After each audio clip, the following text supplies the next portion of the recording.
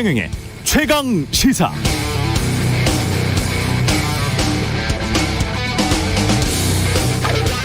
네, 아스트라제네카 백신과 혈전, 인과관계가 밝혀지지 않은 경우가 많아서 뭐라 단정짓기 어렵지만 계속 부정적인 보도가 나와서 사실 저도 좀 불안합니다.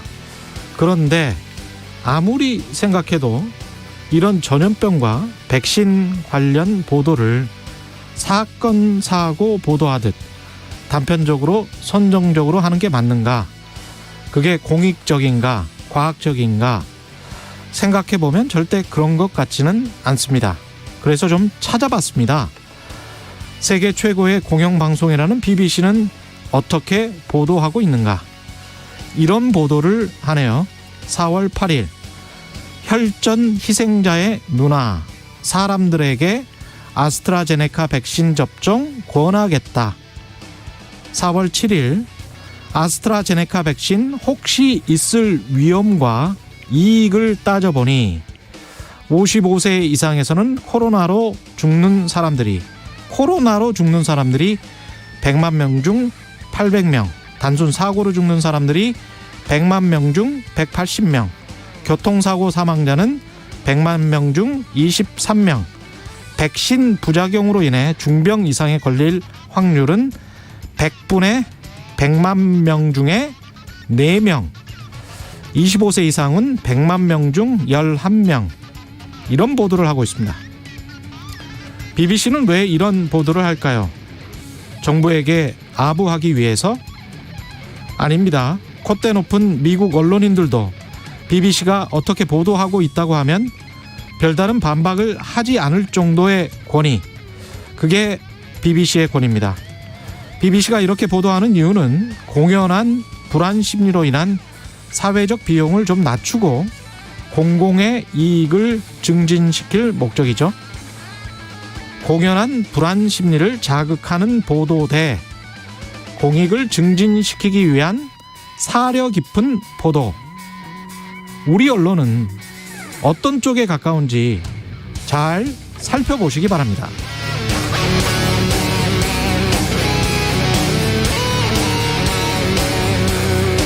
네, 안녕하십니까. 4월 23일 세상에 이익이 되는 방송 최경영의 최강시사 출발합니다. 전 KBS 최경영 기자고요. 최경영의 최강시사 유튜브에 검색하시면 실시간 방송 보실 수 있습니다. 문자 참여는 짧은 문자 50원, 긴 문자 100원이 드는 샵9730, 무료인 콩 어플에도 의견 보내주시기 바랍니다. 오늘 1부에서는 국민의힘 태영호 의원 만나보고요. 2부에서는 더불어민주당 진성준 의원과 여당 부동산 정책 방향에 대한 이야기 나눠보겠습니다.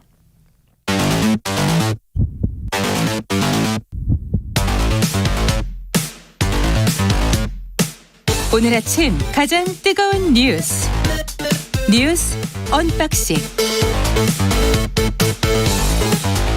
네, 뉴스 언박싱 시작합니다. 민동기 기자, 김민하 시사평론가 나있습니다. 안녕하십니까? 안녕하십니까? 예. 오늘은 백신부터 시작하지 않고 각국 정상의 기후변화 회의, 예, 아주 중요한 뉴스죠. 예. 그 바이든 미국 대통령 주재로 40개국 정상이 참여한 화상 그 기후 정상 회의가 예. 이틀 일정으로 어제부터 이제 시작이 됐는데요.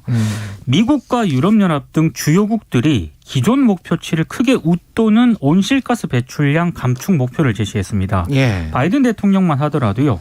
2030년까지 미국이 온실가스를 절반으로 줄이겠다 이렇게 얘기를 했고, 그리고 2050년까지는 배출 제로 경제로 가는 경로 위에 놓을 것이다 이렇게 강조를 했습니다. 그러니까 한마디로 기후변화 대응에서도 미국이 글로벌 리더십을 되찾겠다. 예. 사실상 이렇게 선언을 한 것으로 풀이가 되고 있습니다. 그러니까 트럼프 대통령 때는 예.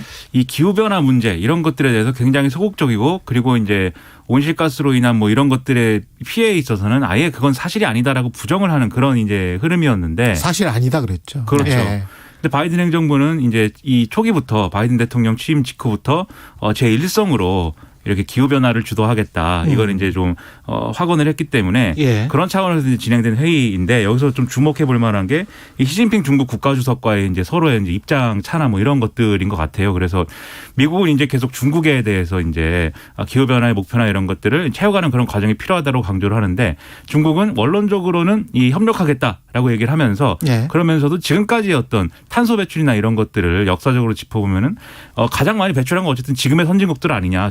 중국이 아니라 미국을 비롯한 이런 국가들 아니냐. 예. 이제 와서 이제 우리에게 이런 것을 강요하는 것은 사다리 걷어차기다. 이런 취지의 얘기를 직접적으로는 안 하지만 예. 간접적으로 이제 그렇게 하고 있는 그런 상황이어서 이게 뭐 표면적으로는 이제 좀 협력하는 모습이긴 하지만 앞으로 이 기후 변화 그리고 이 기후 변화를 가지고 이제 산업 구조를 어떻게 이제 만들어갈 것이냐는 양쪽의 이제 셈법이나 이런 것들이 서로 엇갈리는 그런 과정들이 있을 것 같습니다. 정확한 지적입니다. 예, 결국은 미국은 물론 이제 트럼프 대통령의 어떤 생각, 사고 자체가 좀 기이했기 때문에 파리 기후 변화 협약도 아예 탈퇴해버렸잖아요. 2015년에 했던 것들을. 그럼에도 불구하고 지금 미국 입장에서는 이 정도 되면 산업 구조 조정을 그렇게 가져가는 것이 앞으로의 이익에도 크게 남겠다는 것이고 개발도상국들은 늘 그쪽으로 가면 우리가 지금 현재 제조업이나 지금 현재 탄소 경제 하에서 버텨낼 수 있을까? 그쪽으로 이전되는 비용이 굉장히 클 텐데. 네. 그래서 이제 걱정하는 것이고 그럴 테죠. 예. 그렇죠. 그래서 우리 입장은 뭐냐 이게 좀 더 이제 시선이 쏠리는 대목인데 우리는 이제 미국과 같은 그런 정도의 이제 어떤 기후변화 대응을 해야 되는 거냐 예. 아니면 중국과 비슷한 목소리를 내야 되는 거냐 사실 좀 갈등이 있죠. 예. 근데 문재인 대통령이 이제 이 2050년 탄소 중립 실현을 위한 우리나라의 강화된 기후 대응 행동을 주제로 또 이 자리에서 연설을 또 했는데 핵심 내용은 이런 거였습니다. 올해 안으로 2030년 국가 온실가스 감축 목표 상향한다. 그리고 신규 해외 석탄화력 발전소 공적 금융 투자를 중단하기로 약속한다. 이런 내용인데 지금 이제 감축 목표를 상향한다고만 했지 구체적인 수치는 또 언급을 안 했거든요. 예. 그래서 이제 이게 좀 뭐랄까요 구체적이지 않은 약속만 또 재차한 그런 모양새 아니냐 좀 부족한 어떤 대응이다 이런 지적들 나오고 있고 이 뭔가 국제사회에 구체적인 계획을 이제 제시하지 못한 게 이번이 처음이 아니라 지난번에도 이제 그런 비판이 나왔기 때문에 아무래도 기후 변화를 이제 말만 하고 실제적으로 실천은 못한다는 그런 비판을 또 받게 되는 거 아닌가 이런 시선들이 있는 상황입니다. 이것과 관련해서는 또 다른 관점을 제가 꼭 설명드려야 될 것 같은 게 경제쇼를 하면서 한 1시간 동안 숙명여대 그 안영환 교수가 한번 온 적이 있습니다. 그래서 핵심적인 게 뭐냐면 이거는 글로벌 공공재예요. 그래서 우리가 기후를 깨끗하게 하기 위해서 갖은 노력을 다해서 비용을 막 들이잖아요. 그렇다고 해서 우리의 대기 질이나 해양이 갑자기 좋아지지가 않아요.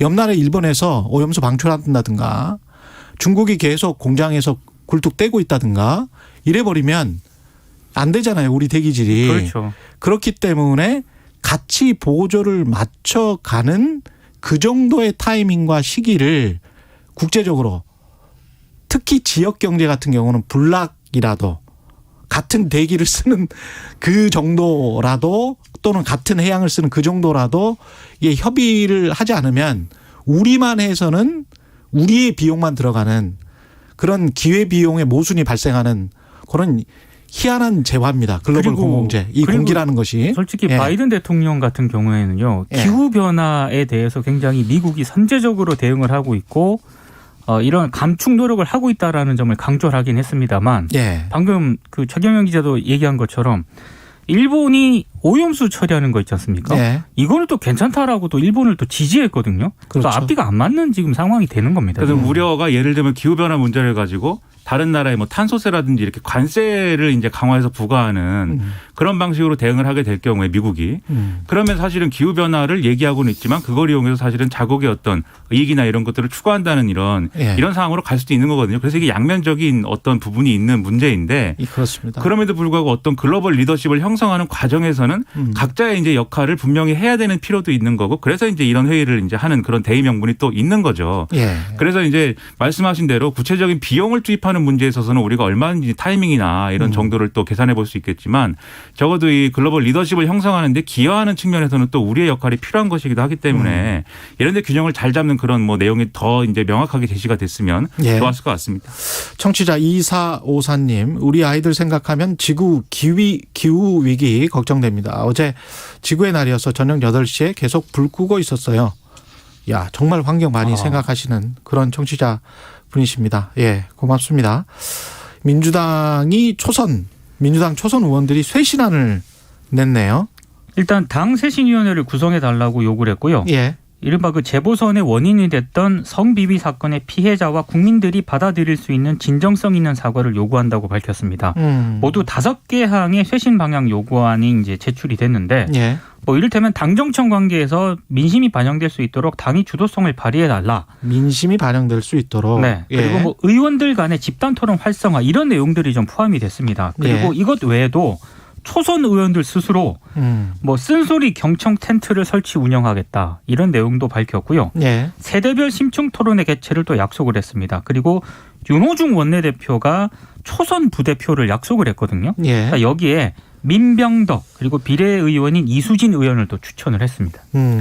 어떻게 보십니까? 예. 그건 좀 언론이 주목하는 것은 일단 재보선거 원인이 된 성비 사건에 대해서 진심으로 반성하고 국민과 피해자에게 사과한다 이런 입장을 예. 당 지도부도 국민과 피해자가 받아들일 수 있는 진정성 있는 사과로서 해야 된다 이제 이런 부분에 있어서 예. 초점을 맞추고 있어서 그런 합의를 이끌어낸 것은 이제 좀 뭐랄까요 의미가 있다고 생각을 하는데 그 외에 이제 이 더불어민주당이 왜 이렇게 됐는가에 대한 여러 가지 진단이나 또 그것을 위한 해법 같은 경우는 사실 이것도 이제 구체적이지는 않다. 다소 이제 좀 추상적인 수준에 머무르고 있거나 예. 그리고 그동안 좀 갈등이 첨예했던 부분은 얘기를 못 하고 있다라는 평가가 있거든요. 예를 들면 이제 지난번에도 논쟁이 된 조국 전 장관 문제에 대해서 당이 계속 이런 태도를 가져가는 게 맞느냐 이 문제하고 서울시장, 부산시장 재보선거의 후보를 이런 방식으로 내는 게 맞았냐 여기에 대해서는 이제 명확한 해법이나 합의가 없는 그런 이제 쇄신안을 요구하고 있기 때문에 이 부분은 또 한계다 이렇게 이제 짚고 있는 상황입니다. 다만 이제 초선 의원들이 뭐 이렇게까지 하는 과정에 노력을 한 건 사실이고 또 첫 술에 이제 배부를 수는 없는 거니까 그런 차원에서 바라봐야 될 필요도 있지만 어쨌든 좀 더 이제 좀 변화와 혁신이라는 부분을 이 여당이 분명하게 보여줘야 될 필요가 있는 때이기 때문에 예. 초선들의 이런 요구를 지도부가 그럼 어떻게 또 화답할 것이냐 예. 이걸 좀 주목해서 봐야 되겠죠. 지금 지도부가 일단 공석 상태이기 때문에 그러네요. 예, 예. 일단 한계가 있었다는 그런 지적도 있고요. 당대표가 뽑히면 그렇죠. 또 계속 논의를 해 나가야 되겠습니다. 그래서 초선 예. 의원 모임인 더민족 그 운영위원장이 고영인 의원이거든요. 예. 얘기를 좀 했습니다. 지키지도 못할 약속을 해서는 안 되고 실질적인 변화가 필요한 만큼 신중한 논의가 필요해서 대표위원을 내지 못했다 이렇게 얘기를 했는데 아무래도 지도부가 뽑히고 나면은 조금 얘기가 좀 진행될 수도 있지 않을까 싶습니다. 근데 이 첨예한 논쟁이라는 건 지키지 못할 약속으로부터 늘 시작을 하는 것 같아요. 그렇죠. 인생사라는 게. 과감해야 될 때도 있습니다. 예.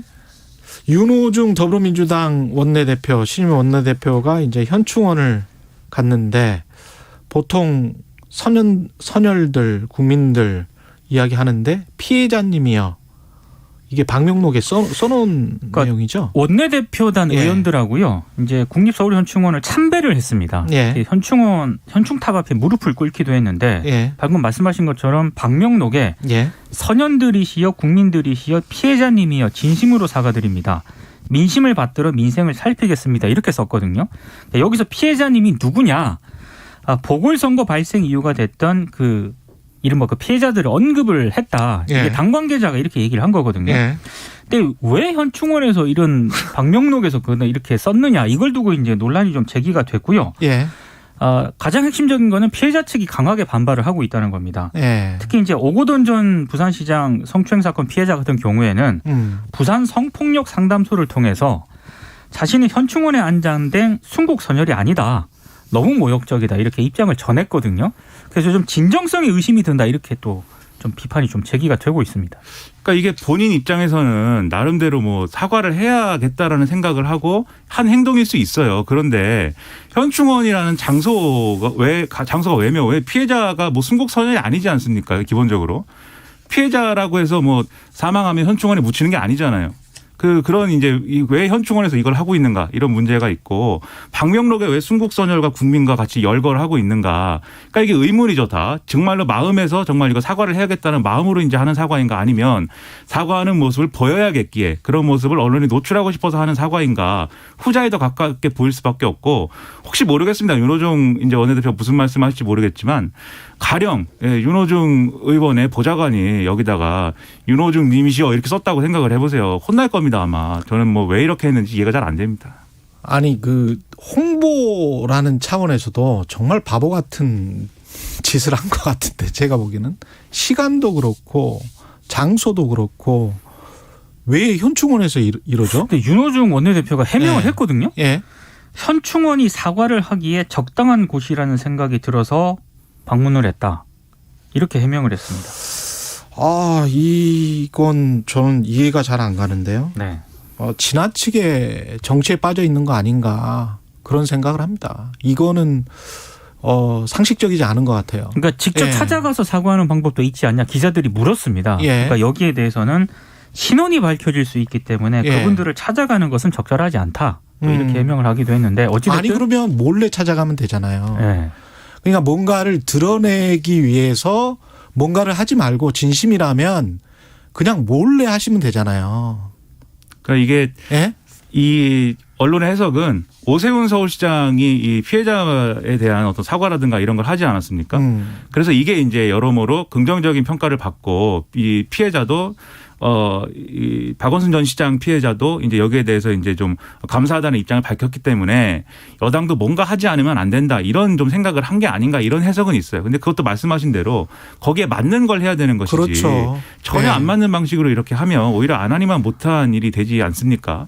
그리고 민주당이 사과해야 되는 게 뭔지도 구체적으로 사실 모르겠어요. 뭘 사과하는 것입니까? 저는 더불어민주당이 사과해야 될 것은 뭐 다른 거 다 떠나서 이 피해자에 대한 2차 가해를 계속해서 지속적으로 해온 것 그리고 이 피해자의 여러 가지 이제 어떤 노력에 대해서 구제 노력에 대해서 어떤 음모론이나 이런 것들을 연상시킬 수 있는 이런 발언들을 당 소속 관계자들이 계속 해온 것 이런 것들에 대해서 사과를 해야 된다고 생각을 하는데 그런 내용이 전혀 아니지 않습니까? 순국선열하고는 상관이 없잖아요. 그러니까 이해가 잘 안 됩니다. 하여튼.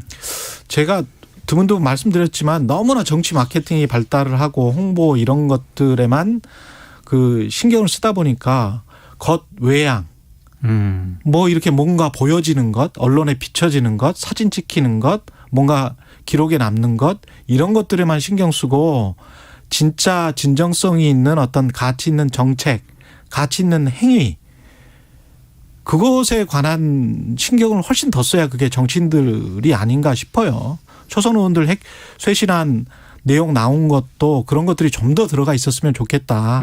그런 생각이 들고요. 민주당이 정말로 반성을 하고 재보궐선거 참패를 딛고 일어나려면 그러면 진짜 가치를 향해서 뛰는 그런 모습을 보여주고 그런 행동을 해야 됩니다. 그게 보이든 안 보이든 간에.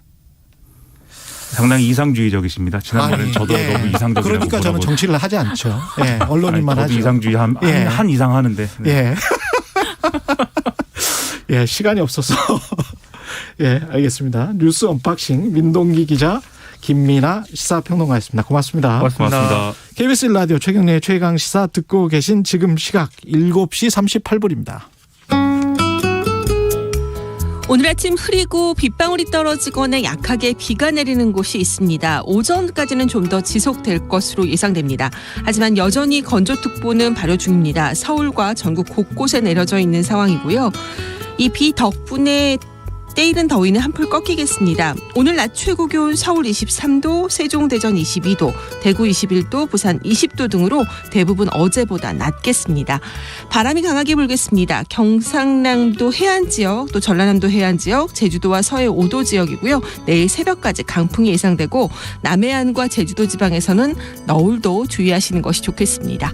지금 서울 기온은 17.1도입니다. 날씨 정보 윤지수입니다. 다음은 이 시각 교통 상황 알아보겠습니다. KBS 교통정보센터의 정현정 씨입니다. 네, 도로 곳곳으로 비가 내리고 있는 아침입니다. 안전거리 유지하면서 조심히 출근하셔야겠는데요. 현재 경부고속도로는 서울 방향입니다. 수원 부근에서와 달래내에서 한남까지 정체고요. 반대 부산 쪽으로는 한남에서 서초까지와 서울요금소에서 이어서 밀리고 있습니다. 더 가서 신갈분기점에서 수원까지 제속도 못 내고요. 경인고속도로는 서울 방향으로 신월에서 천천히 갑니다. 반대 인천 방면은 인천 요금소에서 서인천까지 차들이 몰려 있고요. 반대 부산 쪽으로는 한남에서 서초까지와 서울 요금소에서 이어서 정체입니다. 더 가서는 신갈분기점에서 수원까지 제속도 못 내고 있습니다. KBS 교통정보센터에서 정현정이었습니다. 오늘 하루 이슈의 중심. 당신의 아침을 책임지는 직격 인터뷰. 여러분은 지금 KBS 1라디오 최경영의 최강 시사와 함께하고 계십니다. 네, 코로나19 백신 수급 야당에서는 정부 책임론을 제기하고 나섰습니다. 하지만 정부는 11월 집단 면역 계획에 차질이 없을 것이다. 이렇게 누차 강조를 했죠. 백신 물량 확보, 당내 주요 현안, 다른 당내 주요 현안에 대해서 외통위 소속 의원이시고, 예, 국민의힘 태영호 의원 연결돼 있습니다. 안녕하세요. 예, 안녕하세요. 예.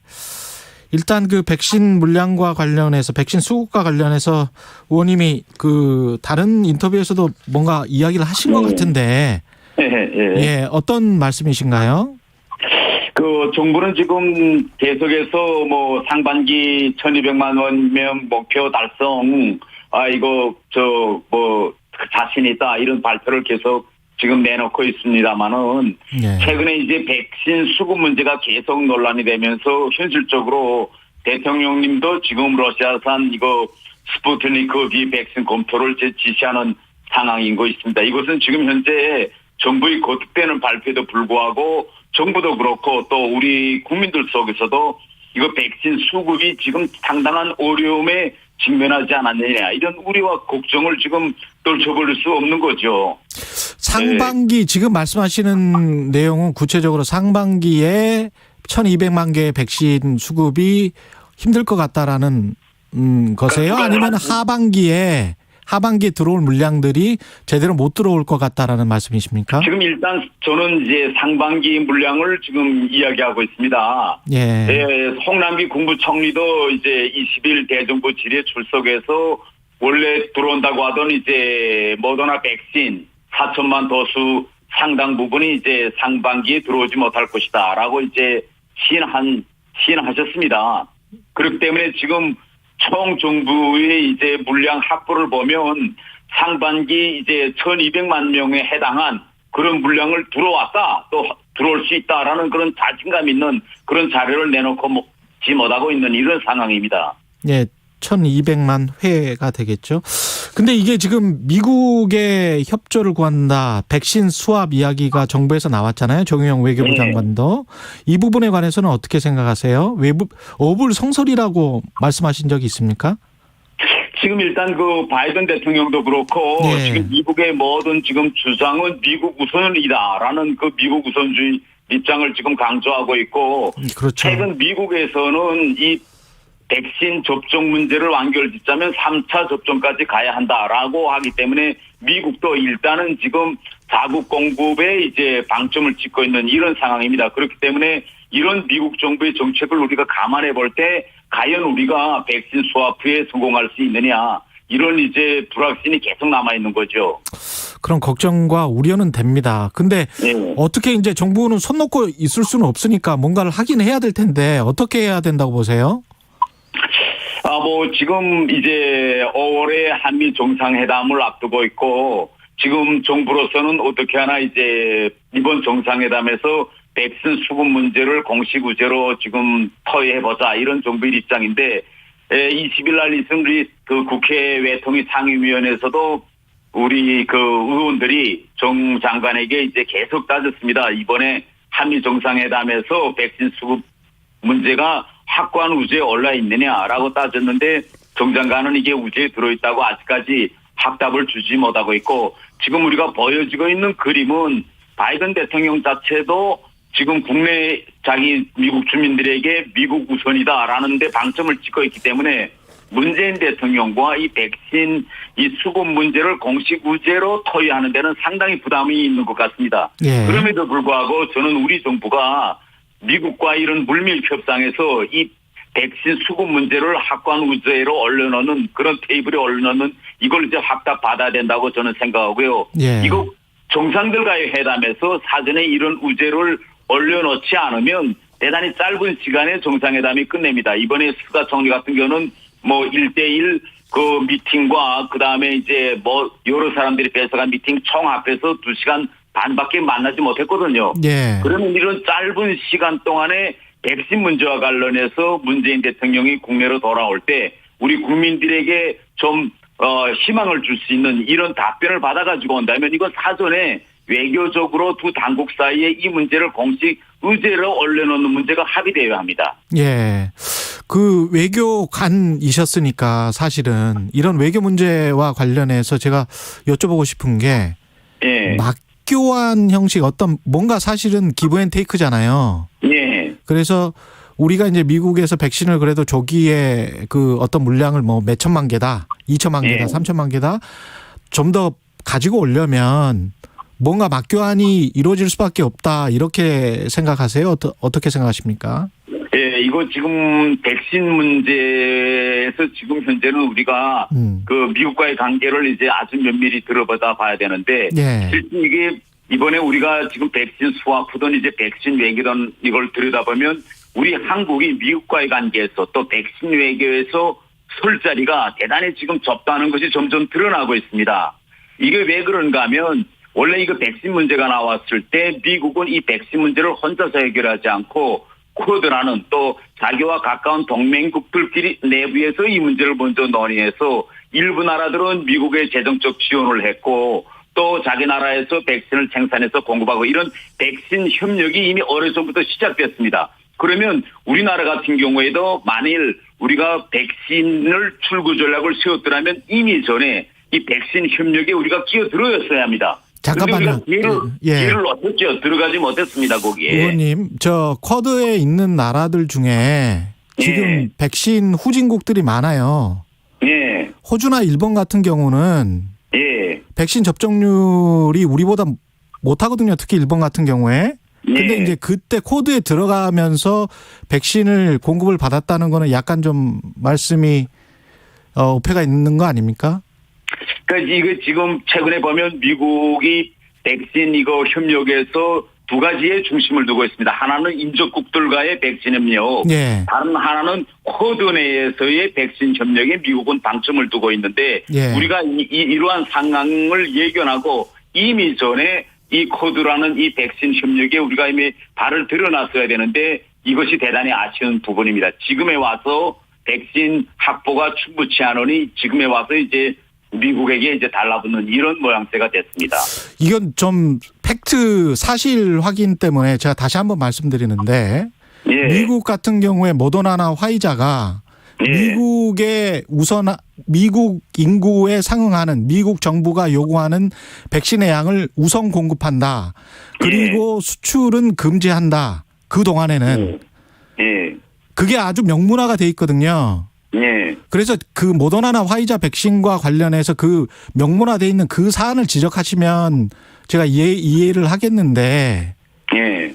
쿼드에 들어갔기 때문에 그쪽에 더 많이 물량을 이미 줬다. 이건 어떤 예. 근거를 가지고 말씀하셔야 될 것 같아요.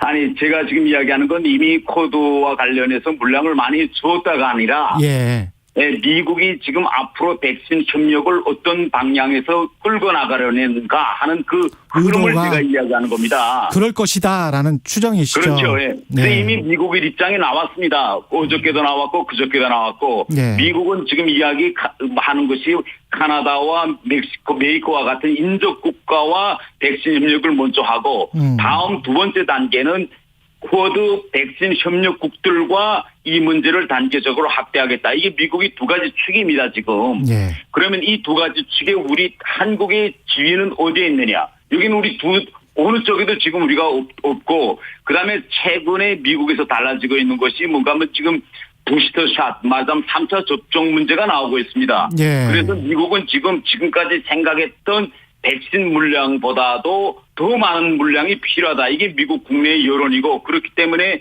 해외에 섣불리 나눠줘서는 안 된다라는 의견이 지금 점점 커가고 있습니다. 이런 상태에서 우리가 지금 코드 백신 협력에도 못 들어가 있기 때문에 이런 지금 미국의 여론과 전문가들의 장벽을 어떻게 넘겼느냐 여기에 대한 확신을 지금 우리 정부가 주지 못하고 있는 거죠. 예. 그러니까 우리 정부는 쿼드에 가입을 하고 이번 정상회담을 통해서 그러면서 기브앤테이크를 할 수 있을 것 아니냐 그런 의견이신 것 같네요. 예. 그러니까 이게 시작부터 쿼드에 대한 우리 정부의 인식이 좀 저는 미흡했다 이렇게 생각합니다. 예. 이 쿼드라는 거는 안보 문제도 있지만은 여기에서 이제 경제 협력이라든가 백신과 같은 모든 문제를 포괄적으로 지금 논의하는 협력인데 우리는 너무나 중국을 의식하다 나니까 실제 쿼드에 들어가서 우리가 챙길 이익은 생길 수 있는 이런 기회를 좀 놓치지 않았는가 저는 이렇게 생각합니다. 예, 알겠습니다. 그 북한 백신 관련해서는 혹시 들으신 내용이 있습니까? 지금 북한에서의 백신 문제와 관련해서는 이제 철저히 북한이 이 정보 통제를 하기 때문에 구체적인 건 지금 해외에 알려진 건 없고요. 예. 단 최근에 북한이 국제 공동체에다가 백신 협력을 공식 신청했습니다. 예. 그런데 이 공식 신청한 것이 현실적으로 이제 WHO를 해서 백신 협력을 받기 위해서 신청한 것인지 아니면 자기의 우방국인 중국과 러시아에서 지금 백신 협력 문제를 물밑에서 토의하는데 이걸 앞으로 북한이 WHO 성원국인 러시아나 중국으로부터 백신을 들여오기 위해서라도 WHO를 통한 백신 협력에 공식 신청을 요합니다. 그렇기 때문에 이게 중국과 러시아에서 백신을 쉽게 들어오기 위한 그런 이제 명분을 쌓기 위한 조치인지 아니면 실제 WHO로부터 받기 위한 조치인지는 좀 더 우리가 두고 봐야 될 것 같습니다. 예. 북한이 도쿄올림픽 참가를 안 하겠다고 했었죠? 예.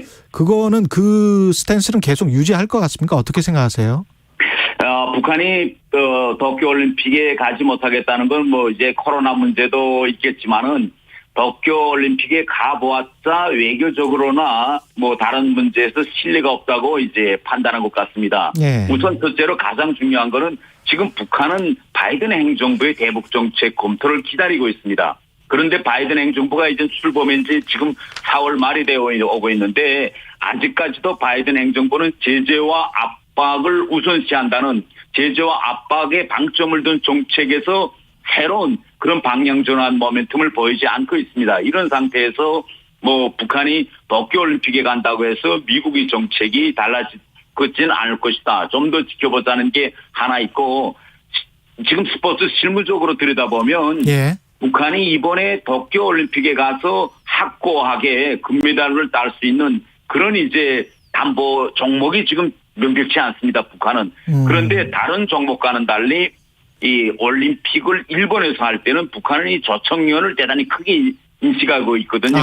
그래서 조청위원이라는 요인이 있습니다. 그러면 북한이 도쿄올림픽에 가서 적어도 금메달을 딸 수 있는 그런 여러 이제 주가 종목이 확고해야 거기에 있는 조청용 사람들의 사기를 진작시킬 수 있는데 거기에 가서 금메달도 하나도 따오지 못하고 또 결국은 올림픽이라는 건 물론 스포츠지만은 결국은 남과 북의 이게 그 체제나 이런 모든 경쟁이거든요. 그런데 한국은 금메달을 많이 따고 북한은 금메달도 못 따고 돌아온다면 조청년에 있는 사람들은 대단히 크게 실망할 것입니다. 그래서 이런 득실 관계를 종합적으로 판단한 기초에서 득보다는 실이 크다. 그럴 바에는 차라리 코로나 또 미국의 대북 정책 검토 이런 문제를 총괄적으로 고려했을 때는 북한은 도쿄올림픽에 차라리 가지 않는 것이 낫다. 이런 선택을 한 것 같습니다. 국내 정치 관련해서 한두 가지만 질문 드리고요. 3, 4분밖에 안 남아서요. 의원님 지역구가 지금 강남구이기도 하고, 예. 오세훈 서울시장 같은 경우에 이제 취임사에서 공급 확대, 가격 안정, 두 마리 토끼 다 잡겠다고 했습니다만은 특히 이제 그 선거 과정에서는 재건축 다 풀겠다, 7일 이내 뭐 이런 말도 했단 말이죠. 특히 이제 강남구 같은 경우에 관심사일 것 같은데 그 서울시의 부동산 정책은 어떻게 보세요?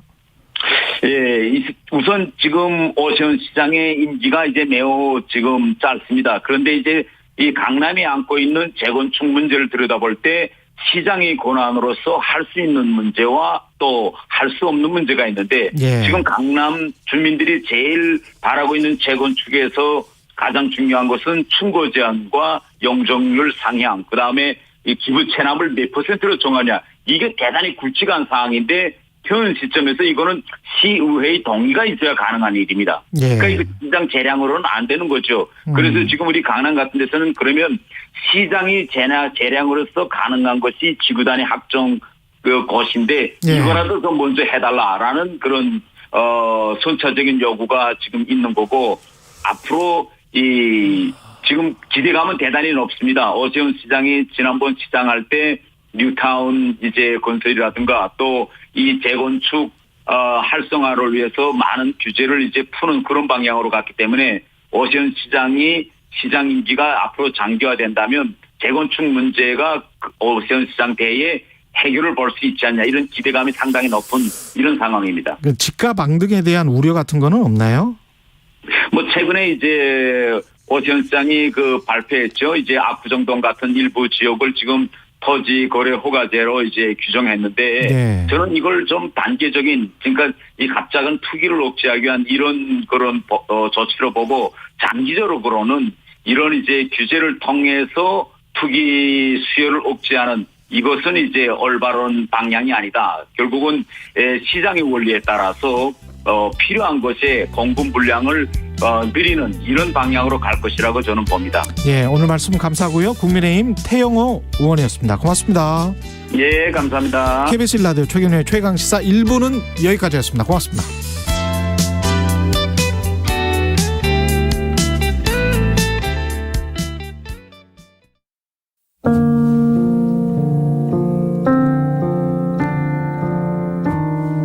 배 안에서 소방호스를 몸에 감은 채 승객들을 구해낸 파란 바지 의인 김동수 씨를 기억하십니까?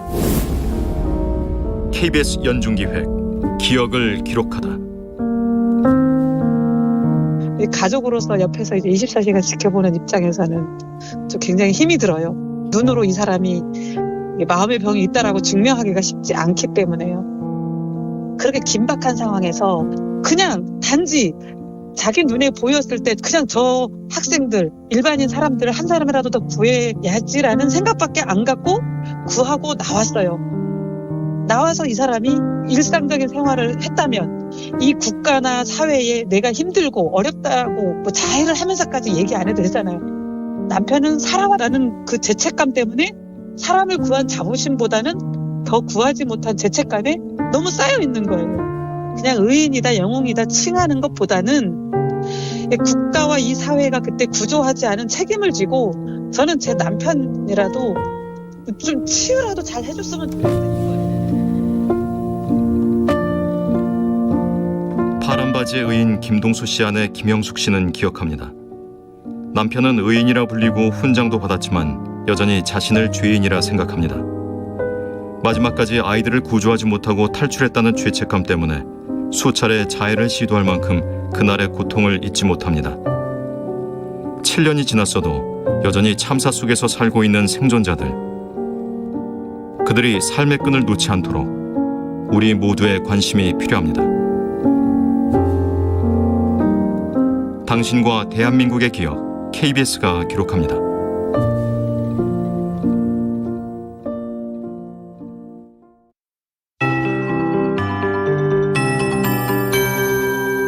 KBS 58분 날씨. 어제 그제 때이른 더위가 있었습니다. 대전의 경우 그제 29.7도, 어제는 영월의 경우 30도까지 오르는 더위가 있었고요. 지난밤 밤새 구름이 많이 꼈기 때문에 기온이 많이 떨어지지 않은 데다가 계속해서 따뜻한 남풍이 유입되면서 오늘 아침 기온 또한 상당히 높았습니다. 특히 전라권을 중심으로 4월 1 최저 기온을 기록하기도 했습니다. 하지만 오늘은 흐리고 약하게 비가 내리거나 빗방울 떨어지는 곳이 많기 때문에 한낮 더위는 한풀 꺾일 것으로 보입니다. 서울과 청주, 제주 23도, 세종, 대전 22도, 부산 20도, 광주 27도 등으로 대부분 어제보다 낮은 기온이 예상됩니다. 이 서해상에 위치한 기압골의 영향을 받아서 오늘 오전까지는 약하게 비가 내리거나 빗방울이 떨어지는 곳이 많을 것으로 예상됩니다. 아울러 전라남도 해안 지역과 경상권 해안 지역, 제주도 지방을 중심으로 바람이 강하게 불 텐데요. 이미 서해 5도 지역은 강풍주의보가 내려져 있고 9시를 기해서 제주도 지방도 강풍특보가 내려지겠습니다. 내일 새벽까지 강풍이 예상되고 한편 제주도와 남해안 지방은 내일까지 너울도 주의하시는 것이 좋겠습니다. 서울을 비롯한 곳곳에 건조특보가 남아있다는 점도 염두에 두시는 것이 좋겠습니다. 지금 서울 기온은 17.6도, 습도 57%입니다. 윤지수입니다.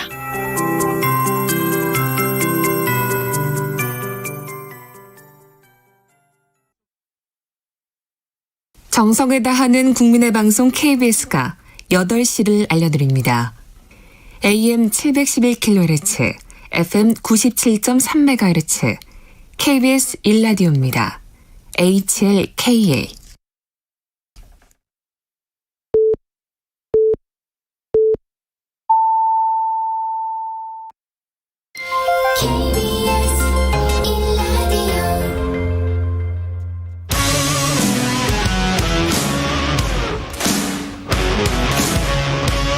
오늘 하루 이슈의 중심, 최경영의 최강시사.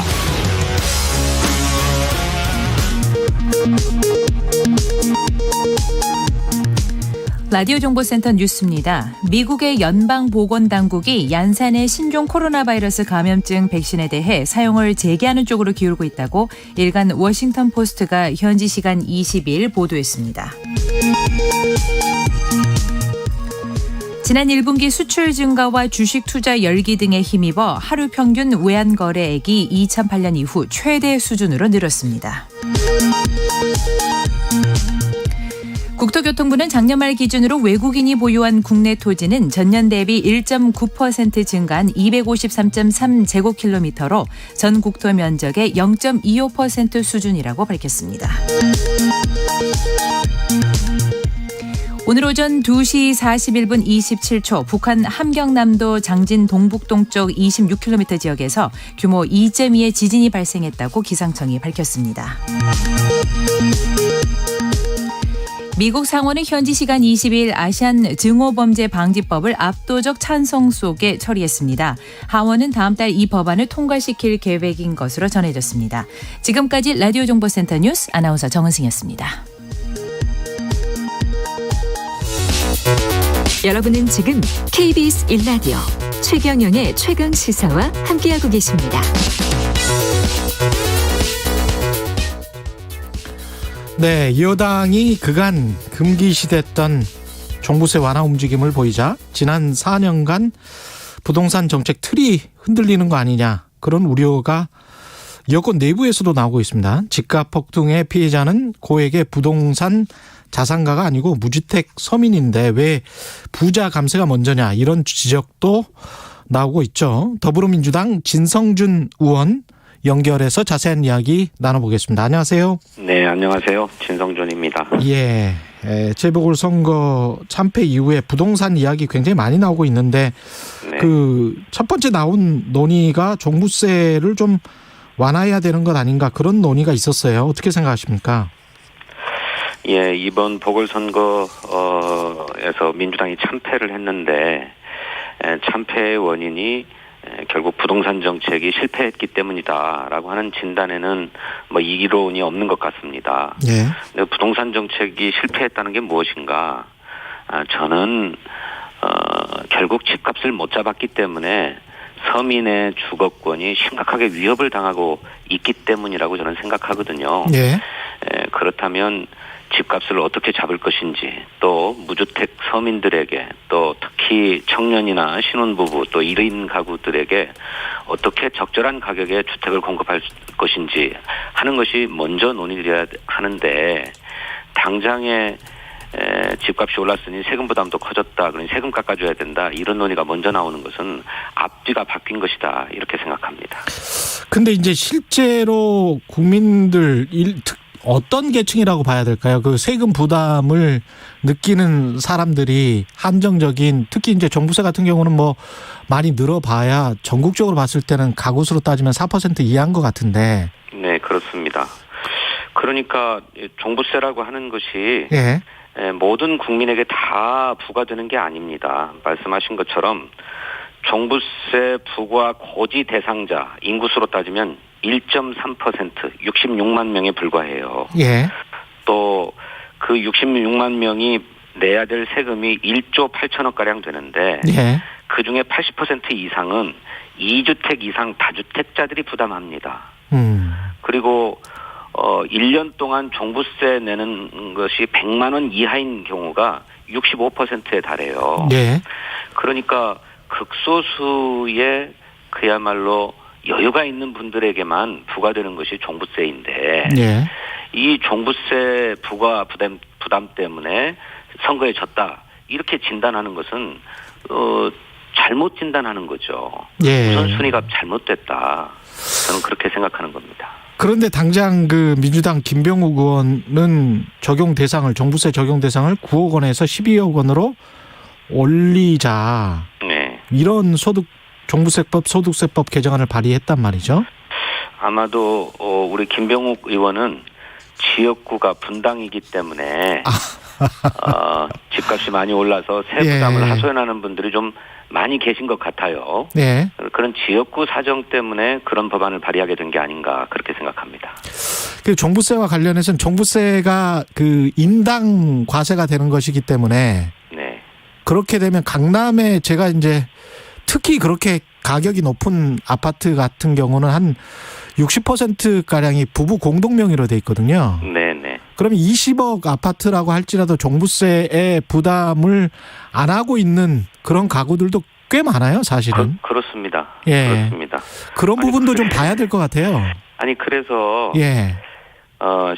작년에 시가가 11억 원이었던 아파트의 공시지가는 약 7억 4천만 원 정도 됩니다. 예. 그러니까 현재 기준으로도 종부세를 한 푼도 안 내요. 예. 근데 이게 종부세를 내려면 9억 원이 넘어가야 되잖아요. 그렇죠. 공시지가로. 그러면 시가로는 한 13억 원쯤 돼야 됩니다. 그렇죠. 그래서 그렇게 시가 11억짜리 아파트가 13억 원이 되면 2억 원의 아파트 값이 올랐는데 예. 이렇게 처음으로 종부세를 내는 분들이 얼마 내냐면 4만 원 냅니다. 세금으로. 1년에. 예. 그러니까 사실은 큰 부담이 아닐 수 있어요. 더구나 그마저도 1가구 1주택의 경우에는 고령자 공제라고 해서 연령별로 구간에 따라 최대 40%까지 또 장기 보유 특별 공제라고 해서 예. 보유 기간에 따라서 최대 50% 합산해서 최대 80%까지 세금을 또 깎아주기도 합니다. 공제해 주어요. 예. 그래서 정말로 종부세 부담이라고 하는 거는 1가구 1주택의 경우에는 크지 않습니다. 그래서 그것이 우선순위가 될 수가 없어요. 예. 그런데 이제 김병욱 의원 같은 분이 그런 주장을 하는 것은 예. 아마도 지역구 사정을 염두에 둔 게 아닌가 그렇게 생각합니다. 근데 이게 최근 전국경제인연합회 산하 한국경제연구원 네. 저도 이 조사를 좀 아주 재밌게 봤는데 네. 정경련 산하라는 것을 염두에 두고서라도 네.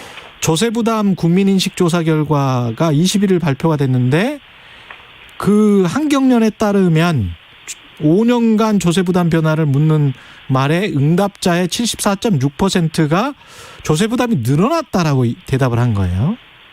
네, 우리 국민은 그렇게 느끼실 수 있습니다. 왜냐하면 세금이라고 하는 것도 그렇게 자산 가치가 상승함에 따라서 또는 소득이 늘어남에 따라서 예. 세금 부담도 계속 늘어날 수밖에 없지요. 예. 그러니 해마다 세금이 오른다고 느끼실 수밖에 없습니다. 그러니 그런 인식조사가 나올 수 있는 것은 당연한 거죠. 예. 더 큰 문제는 그렇게 세금을 내면 국민 각자가 내 생활에도 삶에도 도움이 되도록 세금이 쓰이고 있다라고 하는 확신이 있어야 되는데 예. 그런 확신을 잘 못 주고 있는 게 사실이죠. 예. 그렇지만 한번 곰곰이 생각해 보면 정부가 국민에게 세금을 걷어서 국민을 위해서 사용하고 있습니다. 이런 세정에 대한 신뢰를 높이는 것이 더 중요한 일이지 세금 깎아주는 게 능사가 아니다. 그러면 수많은 일들을 어떻게 다 하겠습니까?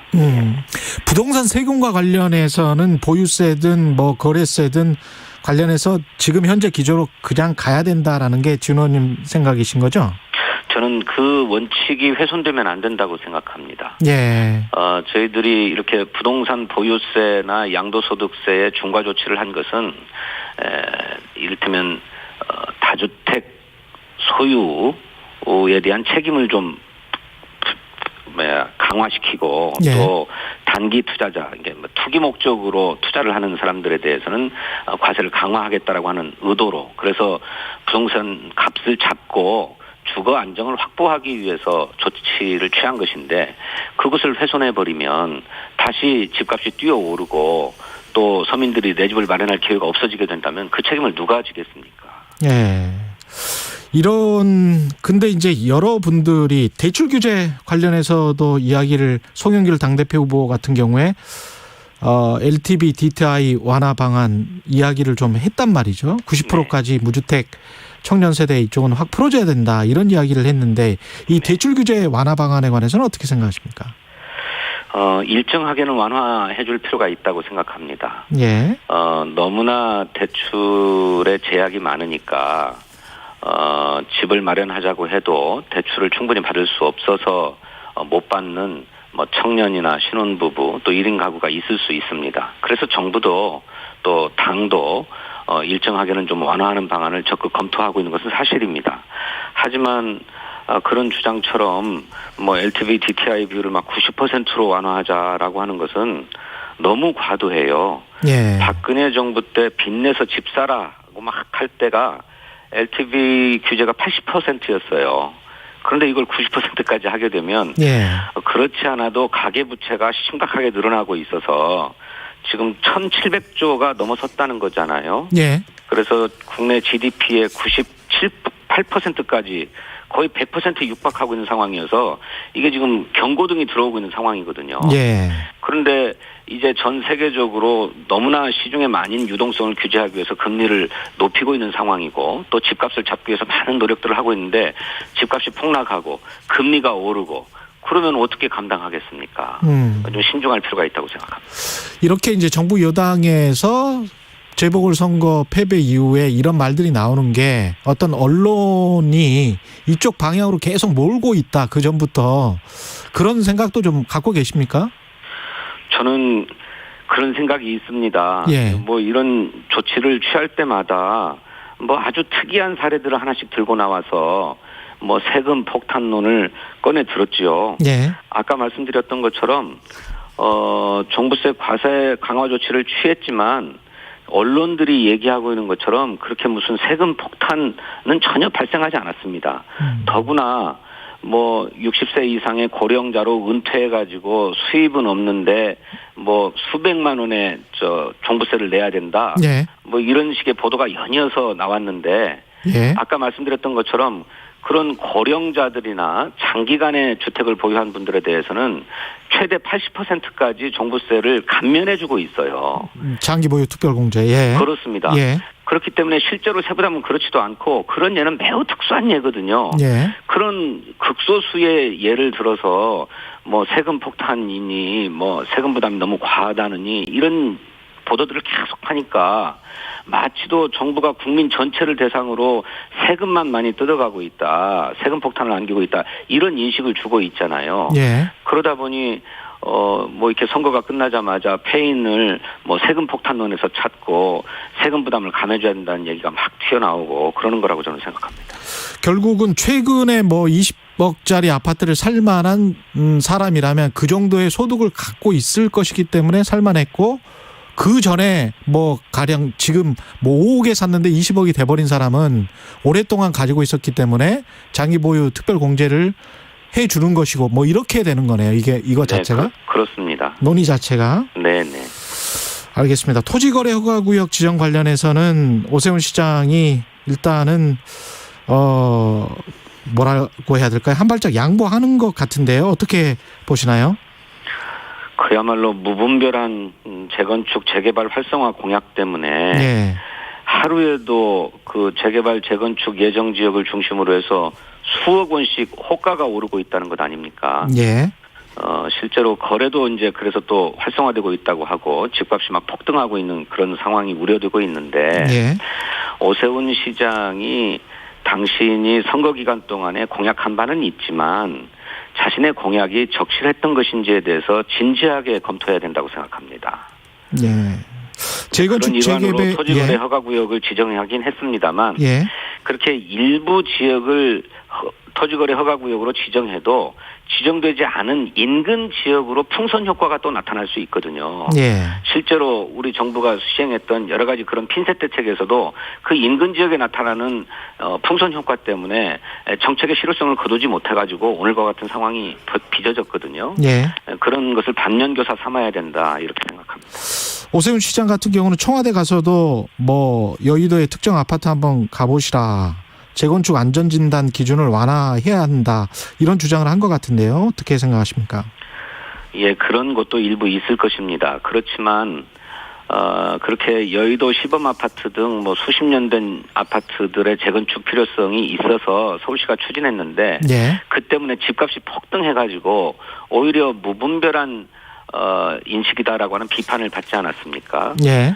그래서 멀쩡한 아파트를 안전진단 기준을 완화시켜서 허물고 다시 짓는 것이 능사가 아니라 우선 부동산 값을 안정시킨 후에 그래서 추가 상승의 여력이 없다고 판단될 때 그 문제도 추진해야 된다 그렇게 생각합니다.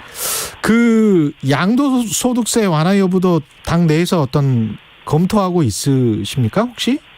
그 관련해서? 그 말씀은 못 들었는데 예. 일각에서 예. 다주택자들이 집을 좀 내놓게 해서 시장에 매물이 풀리게 하려면 예. 양도소득세를 완화해줘야 된다라고 하는 얘기가 있는 것은 사실입니다. 예. 그렇지만 당내에서는 그런 논의가 이루어지지 않고 있고요. 당내에서는 그런 논의가 없다. 네네. 새벽에 한국일보 기사가 나온 것 같아가지고요. 그 양도소득세를 완화해주는 방안도 저는 신중해야 된다고 생각합니다. 지금도 예. 단기 투자자, 그러니까 투기성 매매 거래를 차단하기 위해서 2년 이내에 되파는 경우에는 양도세를 중과하도록 돼 있어요. 예. 그런데 그러다 보니까 2년 동안만 버티고 있으면 된다는 생각으로 매물을 내놓지 않고 그냥 가지고 있는 분들이 있습니다. 예. 저는 오히려 이것이 거래 물량을 확대하고 부동산 값을 잡는 데 장애 요인으로 작동하고 있다고 생각해요. 예. 그러니 2년 한시가 아니라 이걸 좀 연장하는 방안도 검토해야 된다 그렇게 생각합니다. 다른 정치 현안 관련해서 국민의힘 서병수 의원은 탄핵될 만큼 이명박 박근혜 전 대통령 같은 경우에 위법한 짓을 했는가, 그런 일을 저질렀는가 이렇게 이야기를 했단 말이죠. 그러면서 이제 사면 이야기도 같이 했는데 여기에 관해서는 어떻게 생각하십니까? 참 국민의힘 당이 그 박근혜 대통령 문제 또 이명박 대통령 문제로 대국민 사과를 한 지가 이제 5개월 지났습니다.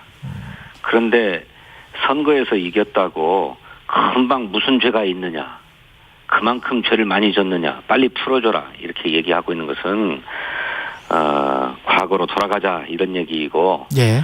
국민의힘 당이 진정으로 과거 국정농단 사태를 반성하지 않고 있구나라고 하는 그 실체를 드러낸 것이라고 생각합니다. 그 백신이 가장 중요한 하더라서요. 그 관련해서 러시아 스푸트니크 V 이 백신 이거는 당에서는 어떻게 생각하세요? 백신을 도입하는데 가장 중요한 문제는 안전성과 효능 아니겠습니까? 그렇죠. 예. 안전하고 효과만 있다고 한다면 뭐 국적을 따질 문제는 아니라고 생각합니다. 러시아제 스푸트니크 V 백신이라고 하는 것에 대해서 신뢰성이 별로 없었는데 예. 최근에 뭐 국제적인 권위를 가진 의학지의 그 임상평가 결과가 실렸다고 합니다. 예. 그래서 굉장히 효과가 있고 또 안전하다는 보고가 있으니 유럽 등에서도 그 사용 승인을 검토하고 있다고 하는데 예. 백신 확보 경쟁이 전 세계적으로 붙은 상황 아닙니까? 그렇죠. 그래서 상황이 악화되어 가지고 백신 수급이 원활하지 않을 경우를 대비해서 비상 계획으로 우리도 적극 검토할 필요가 있다고 생각합니다. 그 미국과의 백신 수합 같은 경우는 어떻게 보세요? 그 5월에 대통령 가시면 이게 좀 풀릴 것 같습니까? 어떻게 보십니까? 글쎄 미국이 지금 여전히 계속 확진자는 나오고 있고 사망자는 많기 때문에 2번 접종으로 안 되겠다, 추가 접종도 해야 되겠다라고 하면서 예. 백신에 좀 여유가 없는 상황 같습니다. 예. 그런데 이 백신을 외교 문제, 정치 문제로 다루는 것은 바람직하지 않다고 생각해요. 예. 이거 모든 인류의 생명과 안전이 직결되어 있는 문제 아닙니까? 그렇죠. 무엇보다도 인도주의적인 원칙이 제일 우선돼야 된다고 생각하고요. 예. 또 코로나 방역이나 또 팬데믹의 극복도 전 세계적인 연대와 협력 속에서만 가능한 것이지 뭐 국수주의적으로 또 민족주의적으로 접근한다고 해서 될 문제가 아니지 않습니까? 그렇죠. 저는 외교 문제로 접근할 문제는 아니다 이렇게 생각해요. 근데 이제 우리가 뭔가를 줘야 가령 이제 미국이 원하는 뭔가가 있을 거 아니에요, 항상. 예. 네. 태영호 의원 같은 경우는 쿼드 이야기 하던데 뭔가를 주고 그쪽으로부터 백신을 받고 이런 시나리오도 가능하다고 보세요? 아니 글쎄 미국이 백신을 예. 그런 자신들의 정치 외교적인 목표를 위해서 카드로 활용하고 있는 것인지 모르겠습니다. 예. 왜 섣부르게 그렇게 생각하는지 모르겠어요. 그것이 우리가 바람직한 오히려. 것인가요? 예. 전혀 바람직하지 않다는 말씀을 드리는 것입니다. 우리는 인도적으로 계속 요구를 해야 한다. 그리고 우방으로서 이거는 좀 도와달라고 요구해야 된다. 그런 말씀이시네요. 그렇죠. 그리고 또 꼭 뭐 미국 백신에만 의존할 게 아니고 네. 안전성과 효과만 검증되었다고 한다면 예. 국적에 상관없이 도입할 수 있지요. 러시아산도 도입할 수 있다. 네. 알겠습니다. 오늘은 여기까지 하겠습니다. 말씀 감사합니다. 네, 감사합니다. 예, 더불어민주당 진성준 의원이었습니다. 고맙습니다.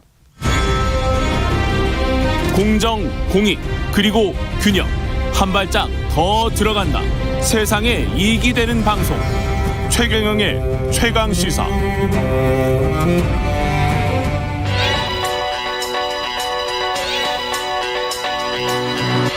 최강시사 김한의 눈. 네, 김한의 눈 시작합니다. 안녕하십니까? 네, 안녕하세요. 이 백신 이야기 또 해야 되네요. 문재인 대통령, 이재명 경기도지사, 러시아산 백신이죠. 코로나19 백신, 스푸트니크 V. 이거 좀 검토해봐라 라고 지시를 했는데 어떻게 보십니까?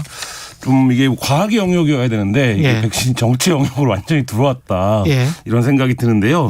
문 대통령이 이제 다른 나라의 스푸트니크 접종 사례나 부작용 여부를 전반적으로 검토해보라, 점검해보라 이렇게 지시를 했는데 이 자체가 뭐 대통령의 발언이기 때문에 굉장히 뭐 시장에 큰 파장을 일으켰습니다. 뭐 어저께 기사도 많이 났던데 러시아 백신주 관련이 다 상한가를 치고 20% 이상 오르는 뭐 이런 상황이 됐는데요. 주식 시장이 가장 민감하게 반응하는군요. 그렇죠. 그러니까 이게 지금 뭐 정부는 아니라고 하지만 사람들은 백신 수급이 좀 문제가 있는 거 아니냐. 미국이 만약에 백신을 안 주면 어떡할 거냐. 그럼 백신을 맞는 뭐 11월까지 집단 면역이 불가능해지는 거 아니냐. 이런 이제 우려들을 갖고 있는데 이 우려들을 일부 언론들이 굉장히 증폭시키 온 상황이거든요. 그렇죠. 예, 그렇기 때문에 그것도 또 정치적인 의도가 있는 것 같고. 그렇죠. 예. 그렇기 때문에 사실 이 대통령이나 이재명 경기도지사가 이 문제에 이제 불씨를 당겼는데 이전까지 러시아 백신 얘기가 거의 되지 않았었어요. 그렇죠. 예, 그러다가 갑자기 지금 이제 어저께부터 뭐 러시아 백신도 안전하다더라. 러시아 백신은 국내에서 바로 생산이 가능해서 우리가 바로 맞는데 이상이 없다더라 이런 얘기들이 나오고 있는데 근데 이게 조금 되짚어서 생각해 보면 과연 우리가 뭐 아스트라제네카라든지 모더나나 화이자의 백신을 도입할 때 했던 어떤 기준이나 논란들이 있는데 그 부분과 이 러시아 백신이 최근 며칠 사이에 주목받은 과정을 보면 이 백신이 이제 과학이 아니라 정치다 이런 생각이 확연히 듭니다. 그렇죠. 바이러스는 국경을 넘나들고 있는데 백신은 동서의 장벽에 가로막힐 수도 있는 것 같고 여러 가지 생각이 드네요. 이 백신이 결국은 이 백신이 안전한가 효능이 있는가 아까 방금 전에 이제 진성준 의원도 그게 이제 기준이 되어야 된다. 그렇죠. 지금까지 알려진 건 어떻습니까? 일단 지금까지는 안전성도 효능도 국제적인 기준, 우리가 백신을 도입하는 어떤 공인된 기준에서는 논의의 대상이 될 수 없는 수준이었어요. 왜냐하면 지금 뭐 공식적으로 인증을 받은 게 거의 없습니다. 러시아 당국의 인증을 제외. 유럽 당국에서도 아직 인증을 안 했고요. 근데 지금 이게 이제 문제는 2월에 국제의학 학술지 렌시시라고 굉장히 권위를 인정받는 학술지가 있는데 여기에 이제 소개가 된 내용이 임상 3상 실험에서 91.6% 예방 효과를 보였다라는 거였어요. 근데 애초에 이 백신을 많은 나라들이 급함에도 불구하고 취급하지 않았던 이유는 성인 76명을 대상으로 임상 2상을 했거든요. 그러니까 이걸로는 안 된다. 너무 작다. 네, 이런 거였어요. 근데 이제 러시아가 지금까지 자국민 380만 명 정도에게 이제 이 백신을 맞췄는데 실제 예방 효과가 97.6%라는 게 이제 러시아의 주장인 거죠. 그래서 이 스푸트니크 백신 현재 뭐 아랍에미레이트, 이란, 인도 이런 60개 나라에서 사용 승인을 받아 놓은 상태고요. 그쪽 나라에서도 맞추고 있습니까? 네, 맞추고 있고 다만 이제 미국이나 유럽에서는 아직 안 맞추고 있는데요.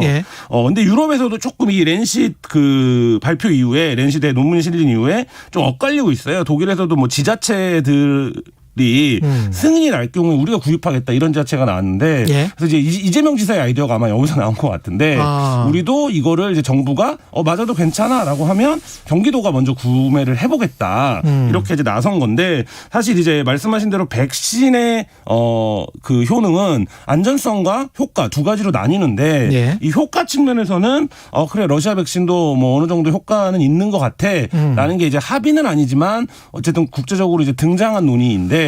여전히 이게 이제 백신을 맞은 이후에 지금 문제들이 계속 논란이 되고 있지 않습니까? 그 부분에 대해서는 국제적으로 여전히 좀 검증이 부족한 상태다 이렇게 보여집니다. 결국 모든 백신들이 지금 긴급 사용 승인 형태로 해서 했기 때문에 임상 같은 경우에 충분했다. 10년 동안 만드는 그런 일반적인 백신 과 같다라고 할 수는 없을 것 같고 아까 그 380만 명이라고 한 거는 2차 접종까지 마친 사람들이 380만 명이고 제가 오늘 좀 찾아보니까 1차 접종만 한 사람들까지 포함을 하면 1,000만 명이 넘더라고요. 그러니까 이것에 관한 명확한 데이터가 공개가 돼야 되겠네요. 그렇죠. 그 부분이 핵심인데 지금 중국 백신도 그렇고 러시아 백신도 그렇고 국제적으로 자기네는 매우 안전하다. 우리나라 국민들 맞았는데 아무 이상 없다. 이렇게 얘기를 하고 있는데 그럼 그 데이터를 좀 공개해달라. 그렇죠. 근데 러시아나 중국 입장에서도 그 데이터를 투명하게 공개하는 게 자국의 이익에 부합하거든요. 왜냐하면 그렇죠. 국제적으로 승인을 받아야 되니까. 그렇죠. 근데 이제 그 부분에서 안 하는 게 뭔가 이제 이게 알려진 것과는 다른 게 있는 게 아니냐. 이런 이제 의구심을 불러일으키는 거고. 그 데이터를 받아야 되겠구나. 그렇죠. 그게 이제 핵심입니다. 이게 그 데이터가 단순히 그거에서 중요한 게 아니라 수용성에도 영향을 미칩니다. 수용성에도 영향을 미치죠. 심리적인 것도 있기 때문에. 그렇죠. 지금도 이제 백신에 대한 어떤 선호도가 있다라는 건데 그 부분에서 예를 들면 러시아 백신을 그래서 도입을 했어요. 근데 그럼 사람들이 러시아 백신을 맞겠느냐 지금 수준이라면 이런 부분들에서 문제가 있기 때문에 아까 이제 백신이 정치로 들어왔다라고 했는데 이게 이제 심리적 방역 이른바 이 부분에서도 그 객관적인 증거들이 뒷받침되지 않으면 이 백신이 결코 이제 신뢰받기가 어려운 이런 상황인데 좀 이 부분에 대한 확인이 필요합니다.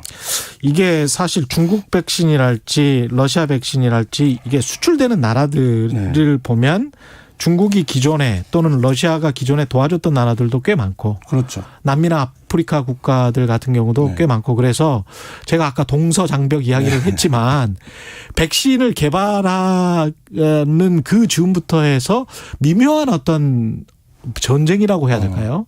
백신 전쟁 같은 게 있는 것 같아요. 그러니까 지금 미국도 자국민 우선이다. 그다음에 또 뭐 그러면 안 된다라고 국제 여론이 좀 있으니까 그러면 쿼드부터 줄 수도 있다. 혹은 동맹국까지만 주겠다. 뭐 이런 식으로 지금 나오고 있고 본인들 나라의 백신을 지금 좀 이렇게 비축하고 있는 이런 상태거든요. 근데 이런 상태에서 러시아가 이제 미국 측으로부터 백신을 구매하기 좀 어려워 보이는 나라들, 그러니까 이 패권에서 좀 이렇게 밀려 보이는 나라들을 중심으로 해서 60개국에 우리가 백신을 공급하고 우리 백신이 효과가 있다 이렇게 나서고 있는 것 자체가 굉장히 좀 뭐 어른들 입장에서는 기시감이 있죠. 미국과 러시아가 이렇게 백신이라고 하는 물질을 두고 패권 경쟁을 벌이는 것 같은 양상. 그래서 이게 지금 전 세계적으로 뭐 백신 외교가 모든 것을 압도하기 시작했다고 말할 정도로 왜냐하면 백신 스와프라는 말도 저는 작년까지는 상상도 못 해본 조합.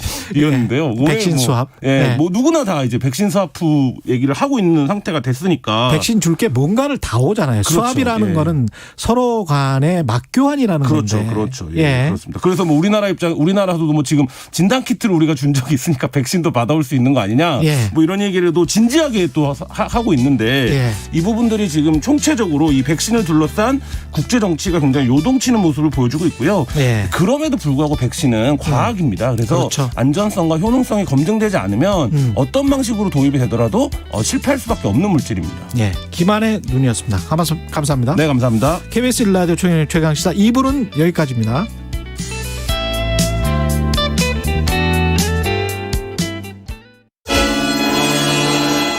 공정한 경쟁, 투명한 평가로 개천에서도 용이 날 수 있다는 믿음을 줄 수 있어야 우리 세대의 이 잔인한 임금의 격차를 다음 세대까지 물려줄 수는 없지 않겠습니까? 모두에게 정의로운 그런 땅을 물려줘야 하지 않겠습니까? KBS 뉴스 홍사훈입니다. 오후 4시 5분 홍사훈의 경제쇼. 경제도 이제는 저 홍반장 홍사훈입니다.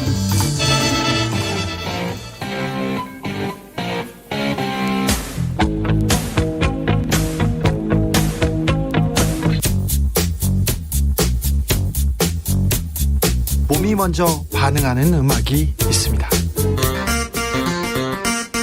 몸이 먼저 반응하는 시사도 있습니다. 매일 오후 5시 5분 KBS 1라디오 주진우 라이브. 지금 시각은 8시 30분입니다. KBS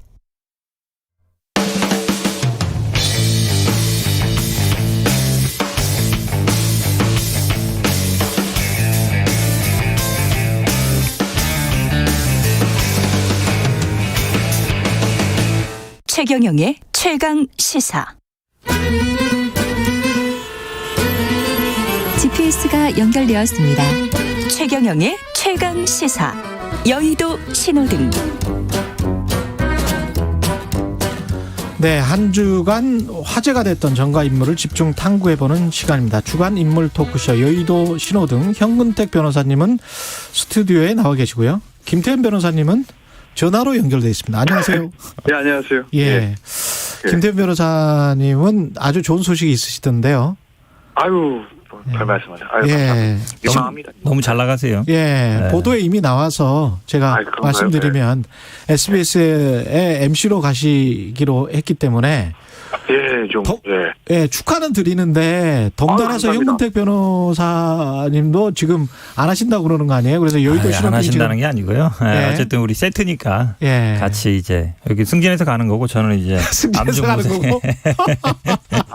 근데 우리 현근택 변호사는 왜 안 하신대요? 저를 떠나도 그 자리 지켜주셔야지. 아니, 맨날 안 나오고 저만 맨날 나와가지고. 그래도 아무래도 맛수가 있어야 훨씬 더 재밌으니까. 하여간 두 분 오늘 시작하기 전에 마지막으로 고맙다는 말씀 한마디씩만 해주시고 시작을 하죠. 예. 승진하신 분 먼저. 승진하신 분 먼저. 저는 원래 사석에서 되게 제가 좋아하는 형이에요. 방송 끝나고 아침을 항상 같이 먹었거든요. 그래서 뭐 저희 진영은 달라도 워낙 얘기도 잘 통하고 현근택 변호사님 워낙 사람이 좋으세요, 인간적으로. 제가 진짜 좋아하는 형이었고 그동안 정말 고마웠다고 제가. 형 고마웠어. 화기애애한 분위기. 아니 그 승진 축하드리고요. 사실은 고맙다는 건 우리 앵커님한테 해야 되는데 저한테 고맙다는지 모르겠는데 아무튼 어찌 보면 이제 대타로 우리 김태현 변호사랑 짝꿍을 해야 하는데 들었다는 사람도 되게 많아요, 보면은. 그렇죠. 재밌다는 얘기 듣고. 그래서 어쨌든 배려해줘서 고맙고요. 앞으로도 뭐 다른 자리에서 어떤 데서든 다시 만날 수 있을 걸로 기대하겠습니다. 예, 청취자 0987님 두 분 화기애애하네요. 브로맨스 이렇게 말씀하셨는데 두 분 오늘 화기애애하게 김태현 변호사도 국민의힘 빨간불, 현근택 변호사도 주호영 국민의힘 당대표 권한대행 빨간불. 이건 뭐 짜셨습니까? 그러게요. 어떻게 또 이심전심으로 또. 왜 국민의힘하고 가로치고 사람들 뭐 이러면서 빨간불 이렇게 돼 있어요? 저는 그러니까 뭐 현근택 변호사님 이제 주호영 원내대표 빨간불 하셨는데 제가 뭐 주호영 원내대표가 파란불이다 뭐 이런 건 아니고 다만 지금 뭐 당권 주자들 누구 개개인 하나 빨간불 파란불 할 계제는 아닌 거다. 저는 그렇게 보는 거죠. 왜냐하면 국민의힘 같은 경우에 최대 지상 과제는 내년 대선 승리거든요. 그렇겠죠. 대선을 이기지 못하면 이번에 서울시장 부산에 이긴 거 다 소용없는 겁니다. 예. 그럼 대선에 이기기 위해서 이제 거기에 시계를 맞춰서 가야 되는데 예. 지금 국민의힘에서 벌어지고 있는 상황들을 보면 이건 절대 좋은 점수 줄 수 없다라는 거죠. 그럼 김종인 위원장이 전 위원장, 비대위원장이 얘기했던 그 아싸리판이라는 거. 네? 아싸리판. 예. 거기 조금만 있어봐라. 몇 개월 동안 뭐 난리도 아닐 거다라는 얘기를 하지 않았습니까? 예. 국민의힘 내부에서는 왜 마시던 우물에 못 풀고 가냐 이런 비판도 나왔습니다만. 예. 상황이 그렇게 돼가고 있어요. 김정은 전 위원장 말이 맞아 들어가는 걸로. 구체적으로 네? 어떤 게? 예. 그러니까 예를 들면 저는 당권 경쟁에서 중진들의 당권 경쟁 이거 그건 저는 큰 문제 없다고 봅니다. 왜냐하면 어찌됐든 간에 정치인들은 원내대표 경선, 당대표 경선, 후보 경선이 있으면 나름대로 다 자기 입장과 주장이 있기 때문에 어느 정도 갈등이 있을 수밖에 없는 거예요. 그건. 예. 그리고 그건 전당대회를 통해서 해결이 되면 되는 겁니다. 누가 당대표가 나오면. 근데 지금 보면 얼마 전부터 있었던 서병수 의원의 탄핵 부정하는 그 발언들. 예, 그건 좀 심했죠. 그게 사실은 예를 들어서 SNS나 이런 데서 의견을 쓴 게 아니라 국회 대정부질문에서 그냥 나와버린 거거든요. 아, 예. 사실 대정부질문에 그거 주제도 아니잖아요. 그렇죠. 그럼 마음 먹고 한 거라고요. 예. 이 사람이. 예. 이 사선위원회다가 부산시장까지 했던 초선위원이 실수한 게 아니고. 예. 그 의도를 가지고 한 거 아니겠습니까? 예. 예. 그러니 이런 움직임들이 다시 나온다는 것 자체가 예. 이게 예를 들면 이번에 사실은 서울과 부산에서 전통적인 보수 지지층뿐만 아니라 중도 유권자들이 표를 많이 주셔서 대승을 한 건데 예. 그때 표를 줬던 중도 유권자들은 뭐라고 생각하시겠어요? 아이고 정신 못 차렸네. 아이고 어려울 때 언제 됐다고 지금 이긴 지 보름 만에 저 소리가 나와. 예. 아이고 내년에 대선을 두고 보자. 안 이러시겠어요? 예. 어려운 거죠. 이렇게 되면 국민의힘이. 이 국민의힘이 참 쉽게 안 바뀐다는 생각이 들어요. 저도 네. 정당이라는 게. 왜냐하면 이 서병수 의원이 어쨌든 친박계로 알려져 있는 사람이에요. 부산 지역이지만. 근데 사실은 많이 나간 거죠. 사면이야 기존에 어쨌든 처벌받거나 탄핵된 걸 인정하고 전제로 나가는 건데 탄핵이 잘못됐다 이거는 국민들이 원하고 그다음에 사실은 국회에서 의결하고 헌재에서 결정한 건데 어찌 보면 입법, 사법, 행정기 다 동원된 거거든요. 동원이라기보다는 예. 동의한 거거든요. 국민 전체가. 예. 그걸 부정한다. 그거 제가 보기에는 예. 한참 좀 멀었다 생각되고요. 박형준 부산시장이 처음에 대통령한테 제안했다 그랬는데 박형준도 사실은 이명박하고 굉장히 가까운 사이란 말이죠. 그러고 보면 사실은 친이 친박에 있는 사람들이 이걸 들고 나온 거예요. 속으로는 그런 생각을 갖고 있었다. 그렇죠. 평소에 갖고 있는 거죠. 예. 결국은 이 국민의힘이 혁신도 하고 개혁도 하고 5.18도 무릎도 꿇고 정강정책 변경하고 했지만 예. 친이 친박에 주류에 있던 사람들은 여전히 아직도 남아 있다. 예. 라는 생각이 들어요. 근데 현근택 변호사님은 왜 주호영 딱 꼭 집어서 주호영입니까? 이게 왜 그러냐면 예. 사실은 처음에는 이게 김종인 비대위원장이 나가면서 당을 이렇게 비판하는 게 누구를 대상으로 하는지 잘 몰랐잖아요. 예. 근데 아시겠지만 이제 원내대표고 비대위원장 직무대행을 하고 있으니까 어찌 보면 차기 당대표 될 걸로 유력했었어요. 예. 주호영 원내대표가 대부분 그렇게 보고 있었고. 예. 그런데 두세 가지 말을 했죠. 안철수랑 작당해서 어쨌든 안철수를 만들어주려고 했다. 한마디로 얘기하면 우리 당 후보가 아니라 안철수를 서울시장 후보 시키려고 했다. 예. 그러면서 그걸 본인이 결국은 나중에 정치적인 어떤 성과로 만들어서 이제 당대표를 하려고 했던 거 아니냐. 그리고 마지막 날 나갈 때도 앞으로 다시 올 일 없게.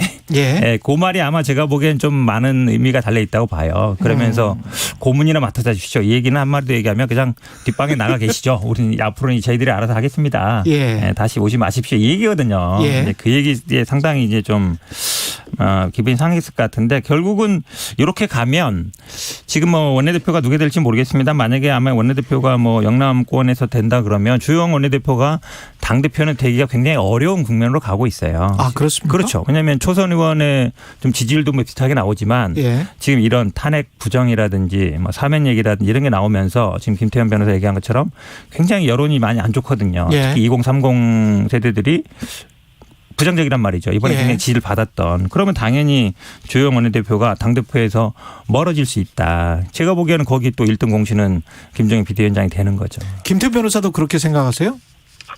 글쎄 주호영 원내대표가 당대표 될 수 있냐 없냐는 예. 저는 개인적으로 큰 관심사는 아니고. 큰 관심사는 아니고. 예. 네, 왜냐하면 뭐 차기 당대표라는 게 어쨌든 누가 되든지 간에 안철수 대표의 국민의당과 합당 과정은 진행될 수밖에 없는 거고. 예.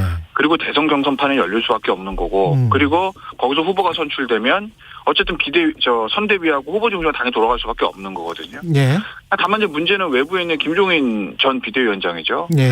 근데 모르겠어요. 김종인 전 비대위원장이 주호영 원내대표 작당 이런 발언들이 저는 주호영 원내대표보다는 안철수 전 대표에 대한 반감이 이제 거기 저는 반영된 거라고 보죠. 예. 근데 저는 주호영 원내대표가 만약에 김종인 전 비대위원장의 표현대로 정말 안철수 대표와 작당을 해가지고 후보를 안철수 대표를 만들려고 했는지는 제가 정확히 모르겠으나 만약에 그렇게 했다고 한들 예. 그게 그렇게 잘못된 것이냐라는 생각을 저는 안 합니다. 왜냐하면 어차피 안철수 전 대표의 국민의당하고 국민의힘은 언젠가는 합쳐서 대선을 같이 치러야 될 상황이라고 하면 예. 제가 항상 서울시장 후보 경선 때도 말씀드렸듯이 지금 후보가 누가 돼서 서울시장 이기고 이것도 중요하지만 더 큰 거는 대선을 위해서 야권을 어떻게 재편하는 그런 문제거든요. 예. 그렇다고 보면 주호영 원내대표가 아무래도 만약에 안철수 전 대표가 서울시장에 돼가지고 야권 재편 폭을 넓히는 것이 더 낫겠다라고 판단이 들면 예. 그런 정치적 판단을 할 수도 있는 거죠. 그러니까 그게 작당이다. 당을 대신 이렇게까지 저는 매도할 만한 건 아니라고 보고 예. 그리고 주호영 원내대표가 예를 들어서 마지막 비대위 때 다시는 모신 일이 없도록 하겠다. 이게 네. 어떤 흐름과 어떤 뉘앙스에서 나왔는지는 모르겠으나 사실 그렇잖아요. 그렇죠. 만약에 김종인 비대위원장이 나갔는데 비대위원장은 다시 와주십시오라고 하는 상황은 국민의힘 상황이 안 좋다는 얘기거든요. 그렇죠. 예. 그러면 필요 없이 예를 들면 일타 강사 필요 없이 저희가 공부 열심히 해서 수능 잘 치르겠습니다라는 그런 의미가 그렇게까지 가슴에 맺힐 일인지 그럼 안 나가시고 그냥 더 당대표 도전하시면 되지. 나가시는 분이 본인이 나가신 거잖아요. 예. 그거 안 나가셔야 아무래도 국민의힘은 내가 더 필요한 것 같으니까 예. 내가 이번에 당대표 나갈게. 예. 그러면 되는 거 아니겠습니까? 그거 안 그러고 나가신다면 왜 안 잡느냐고. 그런 스타일 아니신 건 알잖아요. 원래 제발 해주십시오 이렇게 해야 한 몇 번 해야 그냥 그래 한번 내가 가볼까 이런 스타일인 거는 대한민국 다 아시는데 저는 근데 지금 김태현 변호사님 말씀 중에 안철수 국민의당과의 합당 문제는 조금 더 멀어지는 것 같아요. 왜냐하면 사실 안철수 대표 입장에서는 지금 썩 내키지 않거든요. 예. 물론 합당하겠다고는 했지만 예. 시간 질질 끌잖아요. 지금 그렇죠. 당원들도 조사해봐야 된다, 의견도 물어봐야 된다. 사실은 안철수 대표가 당원들 뜻에 따라서 뭘 한 적은 잘 모르겠어요. 몇 번이나 했는지. 근데 사실 가기 싫거든요. 예. 가면 먹힐 것 같고. 그렇죠. 근데 지금 탄핵 부정 이렇게 나오고 이러고 어쨌든 도로 영남당 이런 얘기 나오잖아요. 그렇죠. 도로 한국당 나오면 잘 됐다. 우리가 개혁하고 바뀌어야 우리가 합당하는 의미가 있지. 그렇게 도로 한국당 도로 영남당 되는데 내가 왜 들어가냐. 오히려 핑계거리 하나 더 생긴 거예요. 그렇죠. 제가 보기에는 합당 문제 쉽지 않게 가는 국면으로 아주 좋은 핑계거리 하나 생긴 거예요. 그러니까 저는 좀 생각이 다른데 예. 제가 알기로는 안철수 국민의당 대표 중에서 합당회장 의지는 저는 확고한 걸로 알고 있어요. 예. 다만 이게 무슨 지분을 요구한다 이런 건 요구할 지분이 어디 있습니까? 당협위원장 몇 명 있지도 않은데 예. 지분 요구한다 이런 거 무슨 채무 승계 이거는 정말 큰 문제는 아닌 거고. 예. 다만 어찌 됐던 간에 모양새는 좀 좋아야 되는데 지금 국민의힘 보면은 비대위원들 다 반대한다는 거 아니겠습니까? 주호영 원내대표 혼자 주장한다는 거 아니겠어요? 예.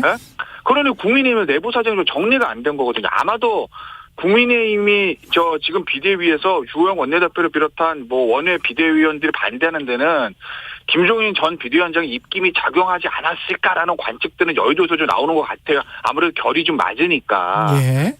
근데 어쨌든 선거 전에 합당할 때 약속을 했고 그리고 오세훈 시장과의 공동 운영 그것도 어쨌든 정무부 시장 보내면서 어느 정도 약속은 서로도 오세훈 시장하고 안철수 대표 간에 약속은 실현돼 가는 거예요. 예. 근데 지금 국민의힘 비대위에서 지금 안 한다.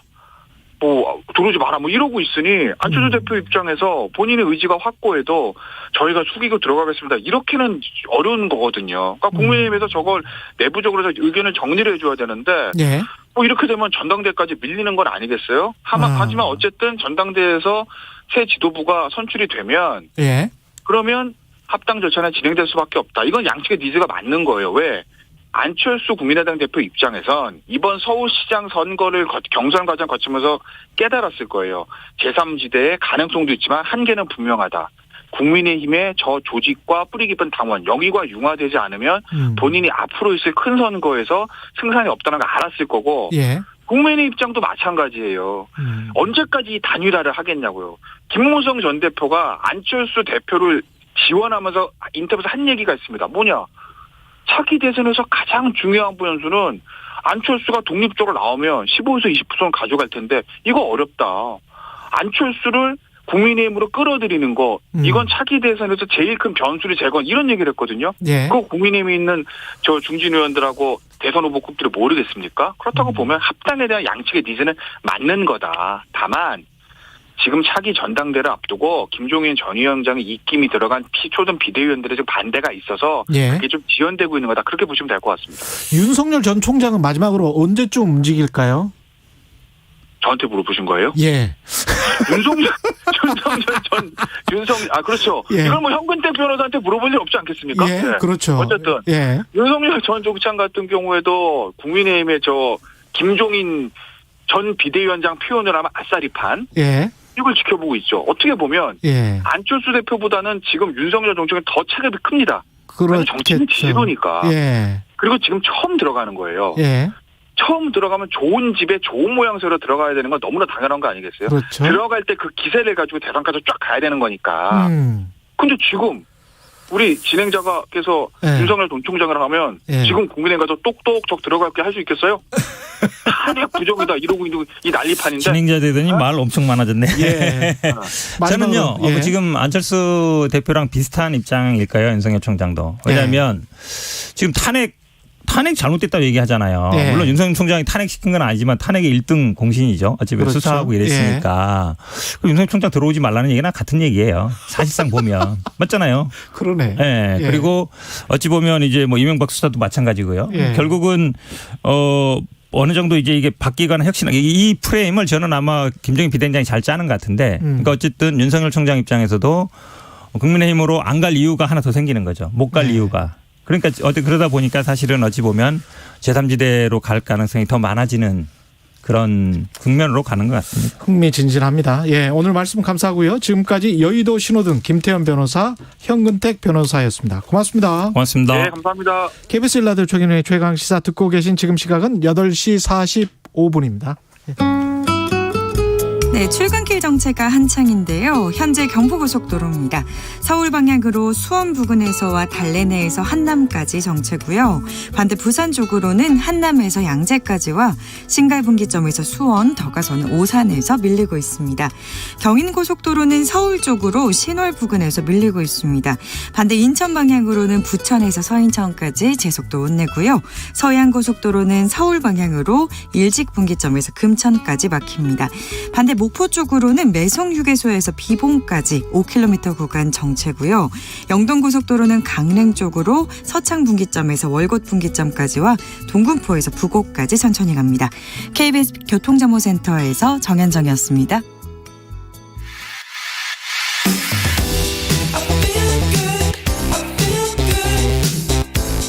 세상에 이익이 되는 방송 최경영의 최강시사. 네, 세계 최대 규모의 자동차 전시회인데요. 상하이 모터쇼가 개막했습니다. 글로벌 모터쇼들이 코로나19 때문에 줄줄이 취소됐는데 사실상 전 세계에서 유일하게 오프라인으로 직접 사람들이 관람하는 그런 자동차 전시회인데요. 특히 올해 상하이 모터쇼는 전기차, 테슬라뿐만이 아니고 전기차, 각종 전기차 업체들이 다 대세라고 합니다. 예. 관련해서 아주 재밌는 소식, 권영주 국민대학교 자동차 운송 디자인 겸임 교수와 이야기 나눠보겠습니다. 안녕하세요. 네, 안녕하세요. 예. 이게 세계 최대 자동차 행사라고 하는데 어느 정도 규모입니까? 규모로는 맞죠. 규모로는 그렇죠. 축구장 50배 크기의 면적이니까. 축구장 50배? 네. 어마어마하죠. 이야, 그럼 하루 왼종일 돌아다녀도 뭐. 제가 이제 늘 가는데 올해는 이제 코로나 때문에 못 갔는데. 아, 예. 가보면 관이 10개예요. 관이 10개입니까? 네, 건물이 10개. 한 관 가서 뭐 한 2-3시간 그렇죠. 있는다고 하더라도 네. 이틀은 가야 되는군요. 하루 종일 봐도 부족하고 한 3일 정도는 가야 다 볼 수 있는 그 정도의 규모를 가지고 있는 곳이에요. 역사는 오래되지 않았습니다. 역사는 오래되지 왜냐하면 중국 자체가 자동차를 부흥시키자라고 한 게 불과 한 20년 정도. 그렇죠. 그러니까 예. 사실은 이제 역사는 한 30년밖에 안 돼요. 예. 그런데 이제 규모로는 예. 중국이 워낙 자동차를 많이 파니까 1년에 2,500만 대를 팔거든요. 예. 우리가 이제 1년에 180만 대 정도 팝니다. 예. 비교가 되죠. 그렇죠. 그러니까 이제 규모로는 전 세계 최대다라고 얘기를 하는 거죠. 그 생각해 보니까 내연기관 자동차라는 게 유럽에서 개발이 됐고, 네. 그 다음에 이제 어떻게 보면 전기차라는 게 중국에서만 전기차 모터쇼가 열린다. 예. 이게 상징적인 의미가 좀 있네. 그게 이제 이랬던 거죠. 어차피 예. 내연기관은 중국이 열심히 해도 예. 선진국 못 따라간다는 걸 이미 알고 있었던 거예요. 그렇죠. 그러다 예. 보니까 석유 쓰지 말자고 하네. 그러면 우리 얘 그냥 친환경 쪽으로 빨리 돌아설까? 예. 그래서 중국은 정부 차원에서 전기차를 적극적으로 예. 진흥을 시켰던 거고, 그러다 보니까 지금 중국이 전기차의 최대 시장이 됐고, 이제 와서 내연기관을 만들던 회사가 전기차 만들어서 가장 많이 팔리는 곳이 어디야라고 봤더니 중국이 된 거고. 참. 그러니까 중국에다가 전기차를 다 쏟아내는 거예요. 후발 주자가 유리한 게 이런 게 있네요. 그렇죠. 예. 그러니까 쉽게 말하면 2G에서 예. 5G로 바로 넘어간 거예요.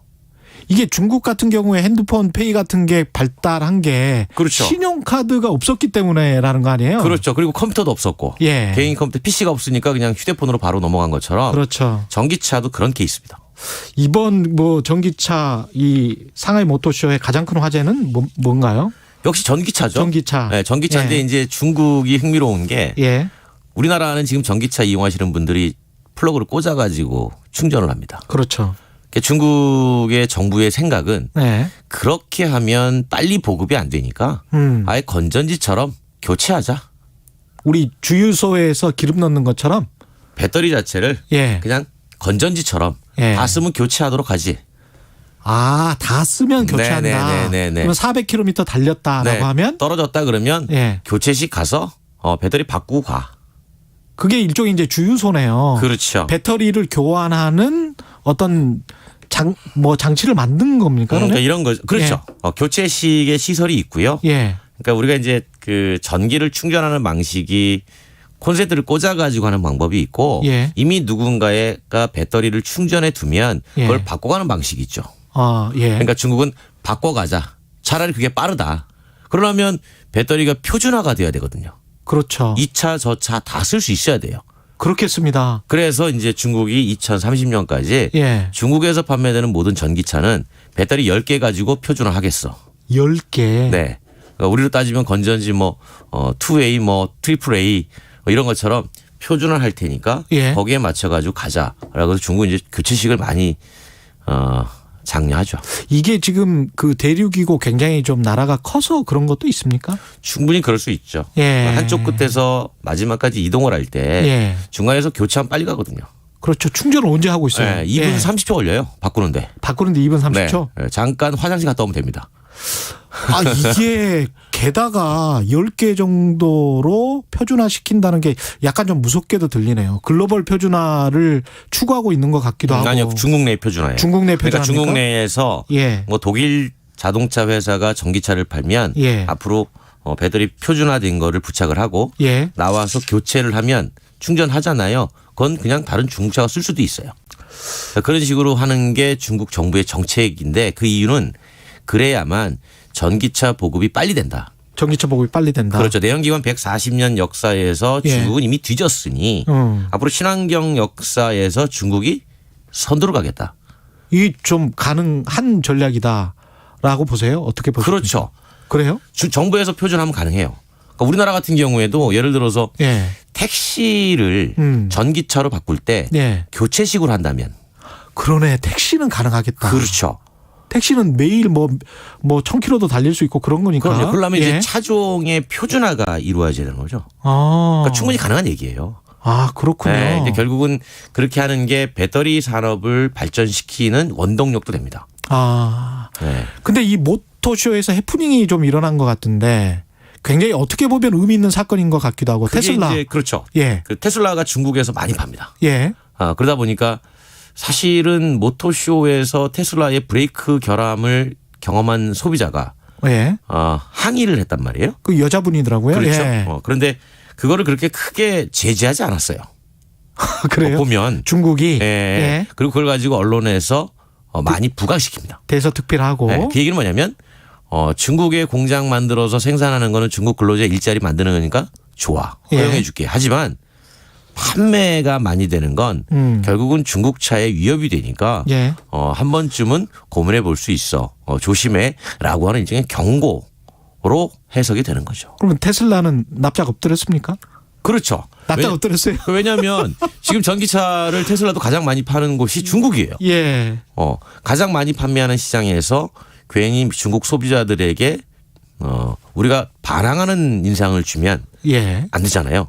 그래가지고 이제 저희가 어떤 일인지 모르겠으나 최선을 다해서 조치를 해보겠습니다라고 하는 그런 어떤 입장들을 내놓게 된 거죠. 꼼짝 못하는구나. 그게 시장의 힘이에요. 우리 같은 경우에 범퍼가 갑자기 뭐 주행하다가 날아가 버리고 그런 경우 있었잖아요. 테슬라도. 네, 있죠. 네. 여기서는 이제 살라면 사시고요. 살 사람 많으니까. 사시고 사기 싫으면 사지 마세요. 뭐 이런 거지만. 왜냐하면 여기는 이제 한정돼 있는 시장이고. 그렇죠. 중국은 앞으로 그 성장 가능성이 어마어마한 시장이니까 기업들은 기본적으로 시장의 규모에 따라서 판단이 달라지죠.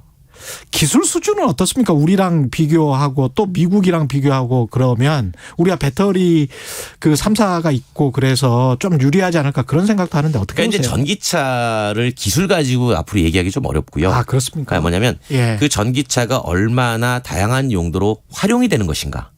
시장이 또 중요하네요. 그렇죠. 활용성 면에서 봐야 돼요. 근데 우리는 지금 이제 개인 승용에 집중돼 있는 거고 중국은 이미 전기 택시가 배터리 교체식으로 왔다 갔다 하고 그러니까 모든 게 전동화돼서 움직여가는 세상인 거죠. 중국의 자동차에서 만나면 이런 얘기 해요. 한국이 우리보다 전기차는 한 5년 정도 뒤졌다. 우리는 충격적인데. 우리가 전기차 앞서 있다고 생각하지만 그건 배터리가 앞서 있는 거예요. 배터리가 앞서 있는 거고. 하지만 활용성 면에서는 중국이 더 앞서 있다고 보는 거죠. 그러면 우리 같은 경우에 제조업체들이 현대나 기아차가 가서 어느 정도 팔 수 있는 그런 시장은 됩니까? 아니면 폐쇄적입니까? 그렇죠. 아니요. 충분히 팔 수 있죠. 최근에 이제 현대기아차도 이번에 상하이 모터쇼에 내놓은 차들이 대부분 다 전기차예요. 중국 내수형. 이 얘기는 뭐냐면 어차피 중국에서는 이제 내연기관보다는 전동화된 차를 많이 내놔야 되니까 현대기아차도 이번에 내놓은 차 보면 뭐 제네시스 전기 컨셉트카 뭐 이런 거 내놓는 거죠. 프리미엄 브랜드의 전기차도 막 투입하는 거예요. 가능성은 어떻게 보세요? 시장의 침투 가능성. 그렇게 할 수밖에 없어요. 할 수밖에 없다. 왜냐면 우리는 일단. 왜냐하면 내연기관 가지고는 승부하기는 어렵습니다. 이제는. 근데 내연기관 자동차가 점유율이 계속 떨어져 왔잖아요. 사실은. 중국 시장에서. 전기차는 가능하다고 보십니까? 우리 그렇죠. 업체들. 내연기관이니까 떨어졌던 거예요. 내연기관이니까 떨어졌던 거예요. 왜냐하면 중국의 토종 브랜드하고 우리 업체하고 격차가 점점 좁혀들었으니까. 그러면 이제 전동화 시장에서는 전동화 차를 가지고 빨리 앞서서 격차를 벌려야죠. 할 수 있다. 충분히 가능하죠. 알겠습니다. 아주 흥미로운 이야기였습니다. 네, 말씀 감사하고요. 지금까지 권영주 국민대학교 자동차 운송디자인학과 겸임 교수였습니다. 고맙습니다. 감사합니다. 4월 23일 금요일 KBS 라디오 최경영의 최강 시사. 오늘은 여기까지고요. 저는 KBS 최경영 기자였습니다. 다음 주 월요일 아침 7시 20분에 돌아오겠습니다. 고맙습니다.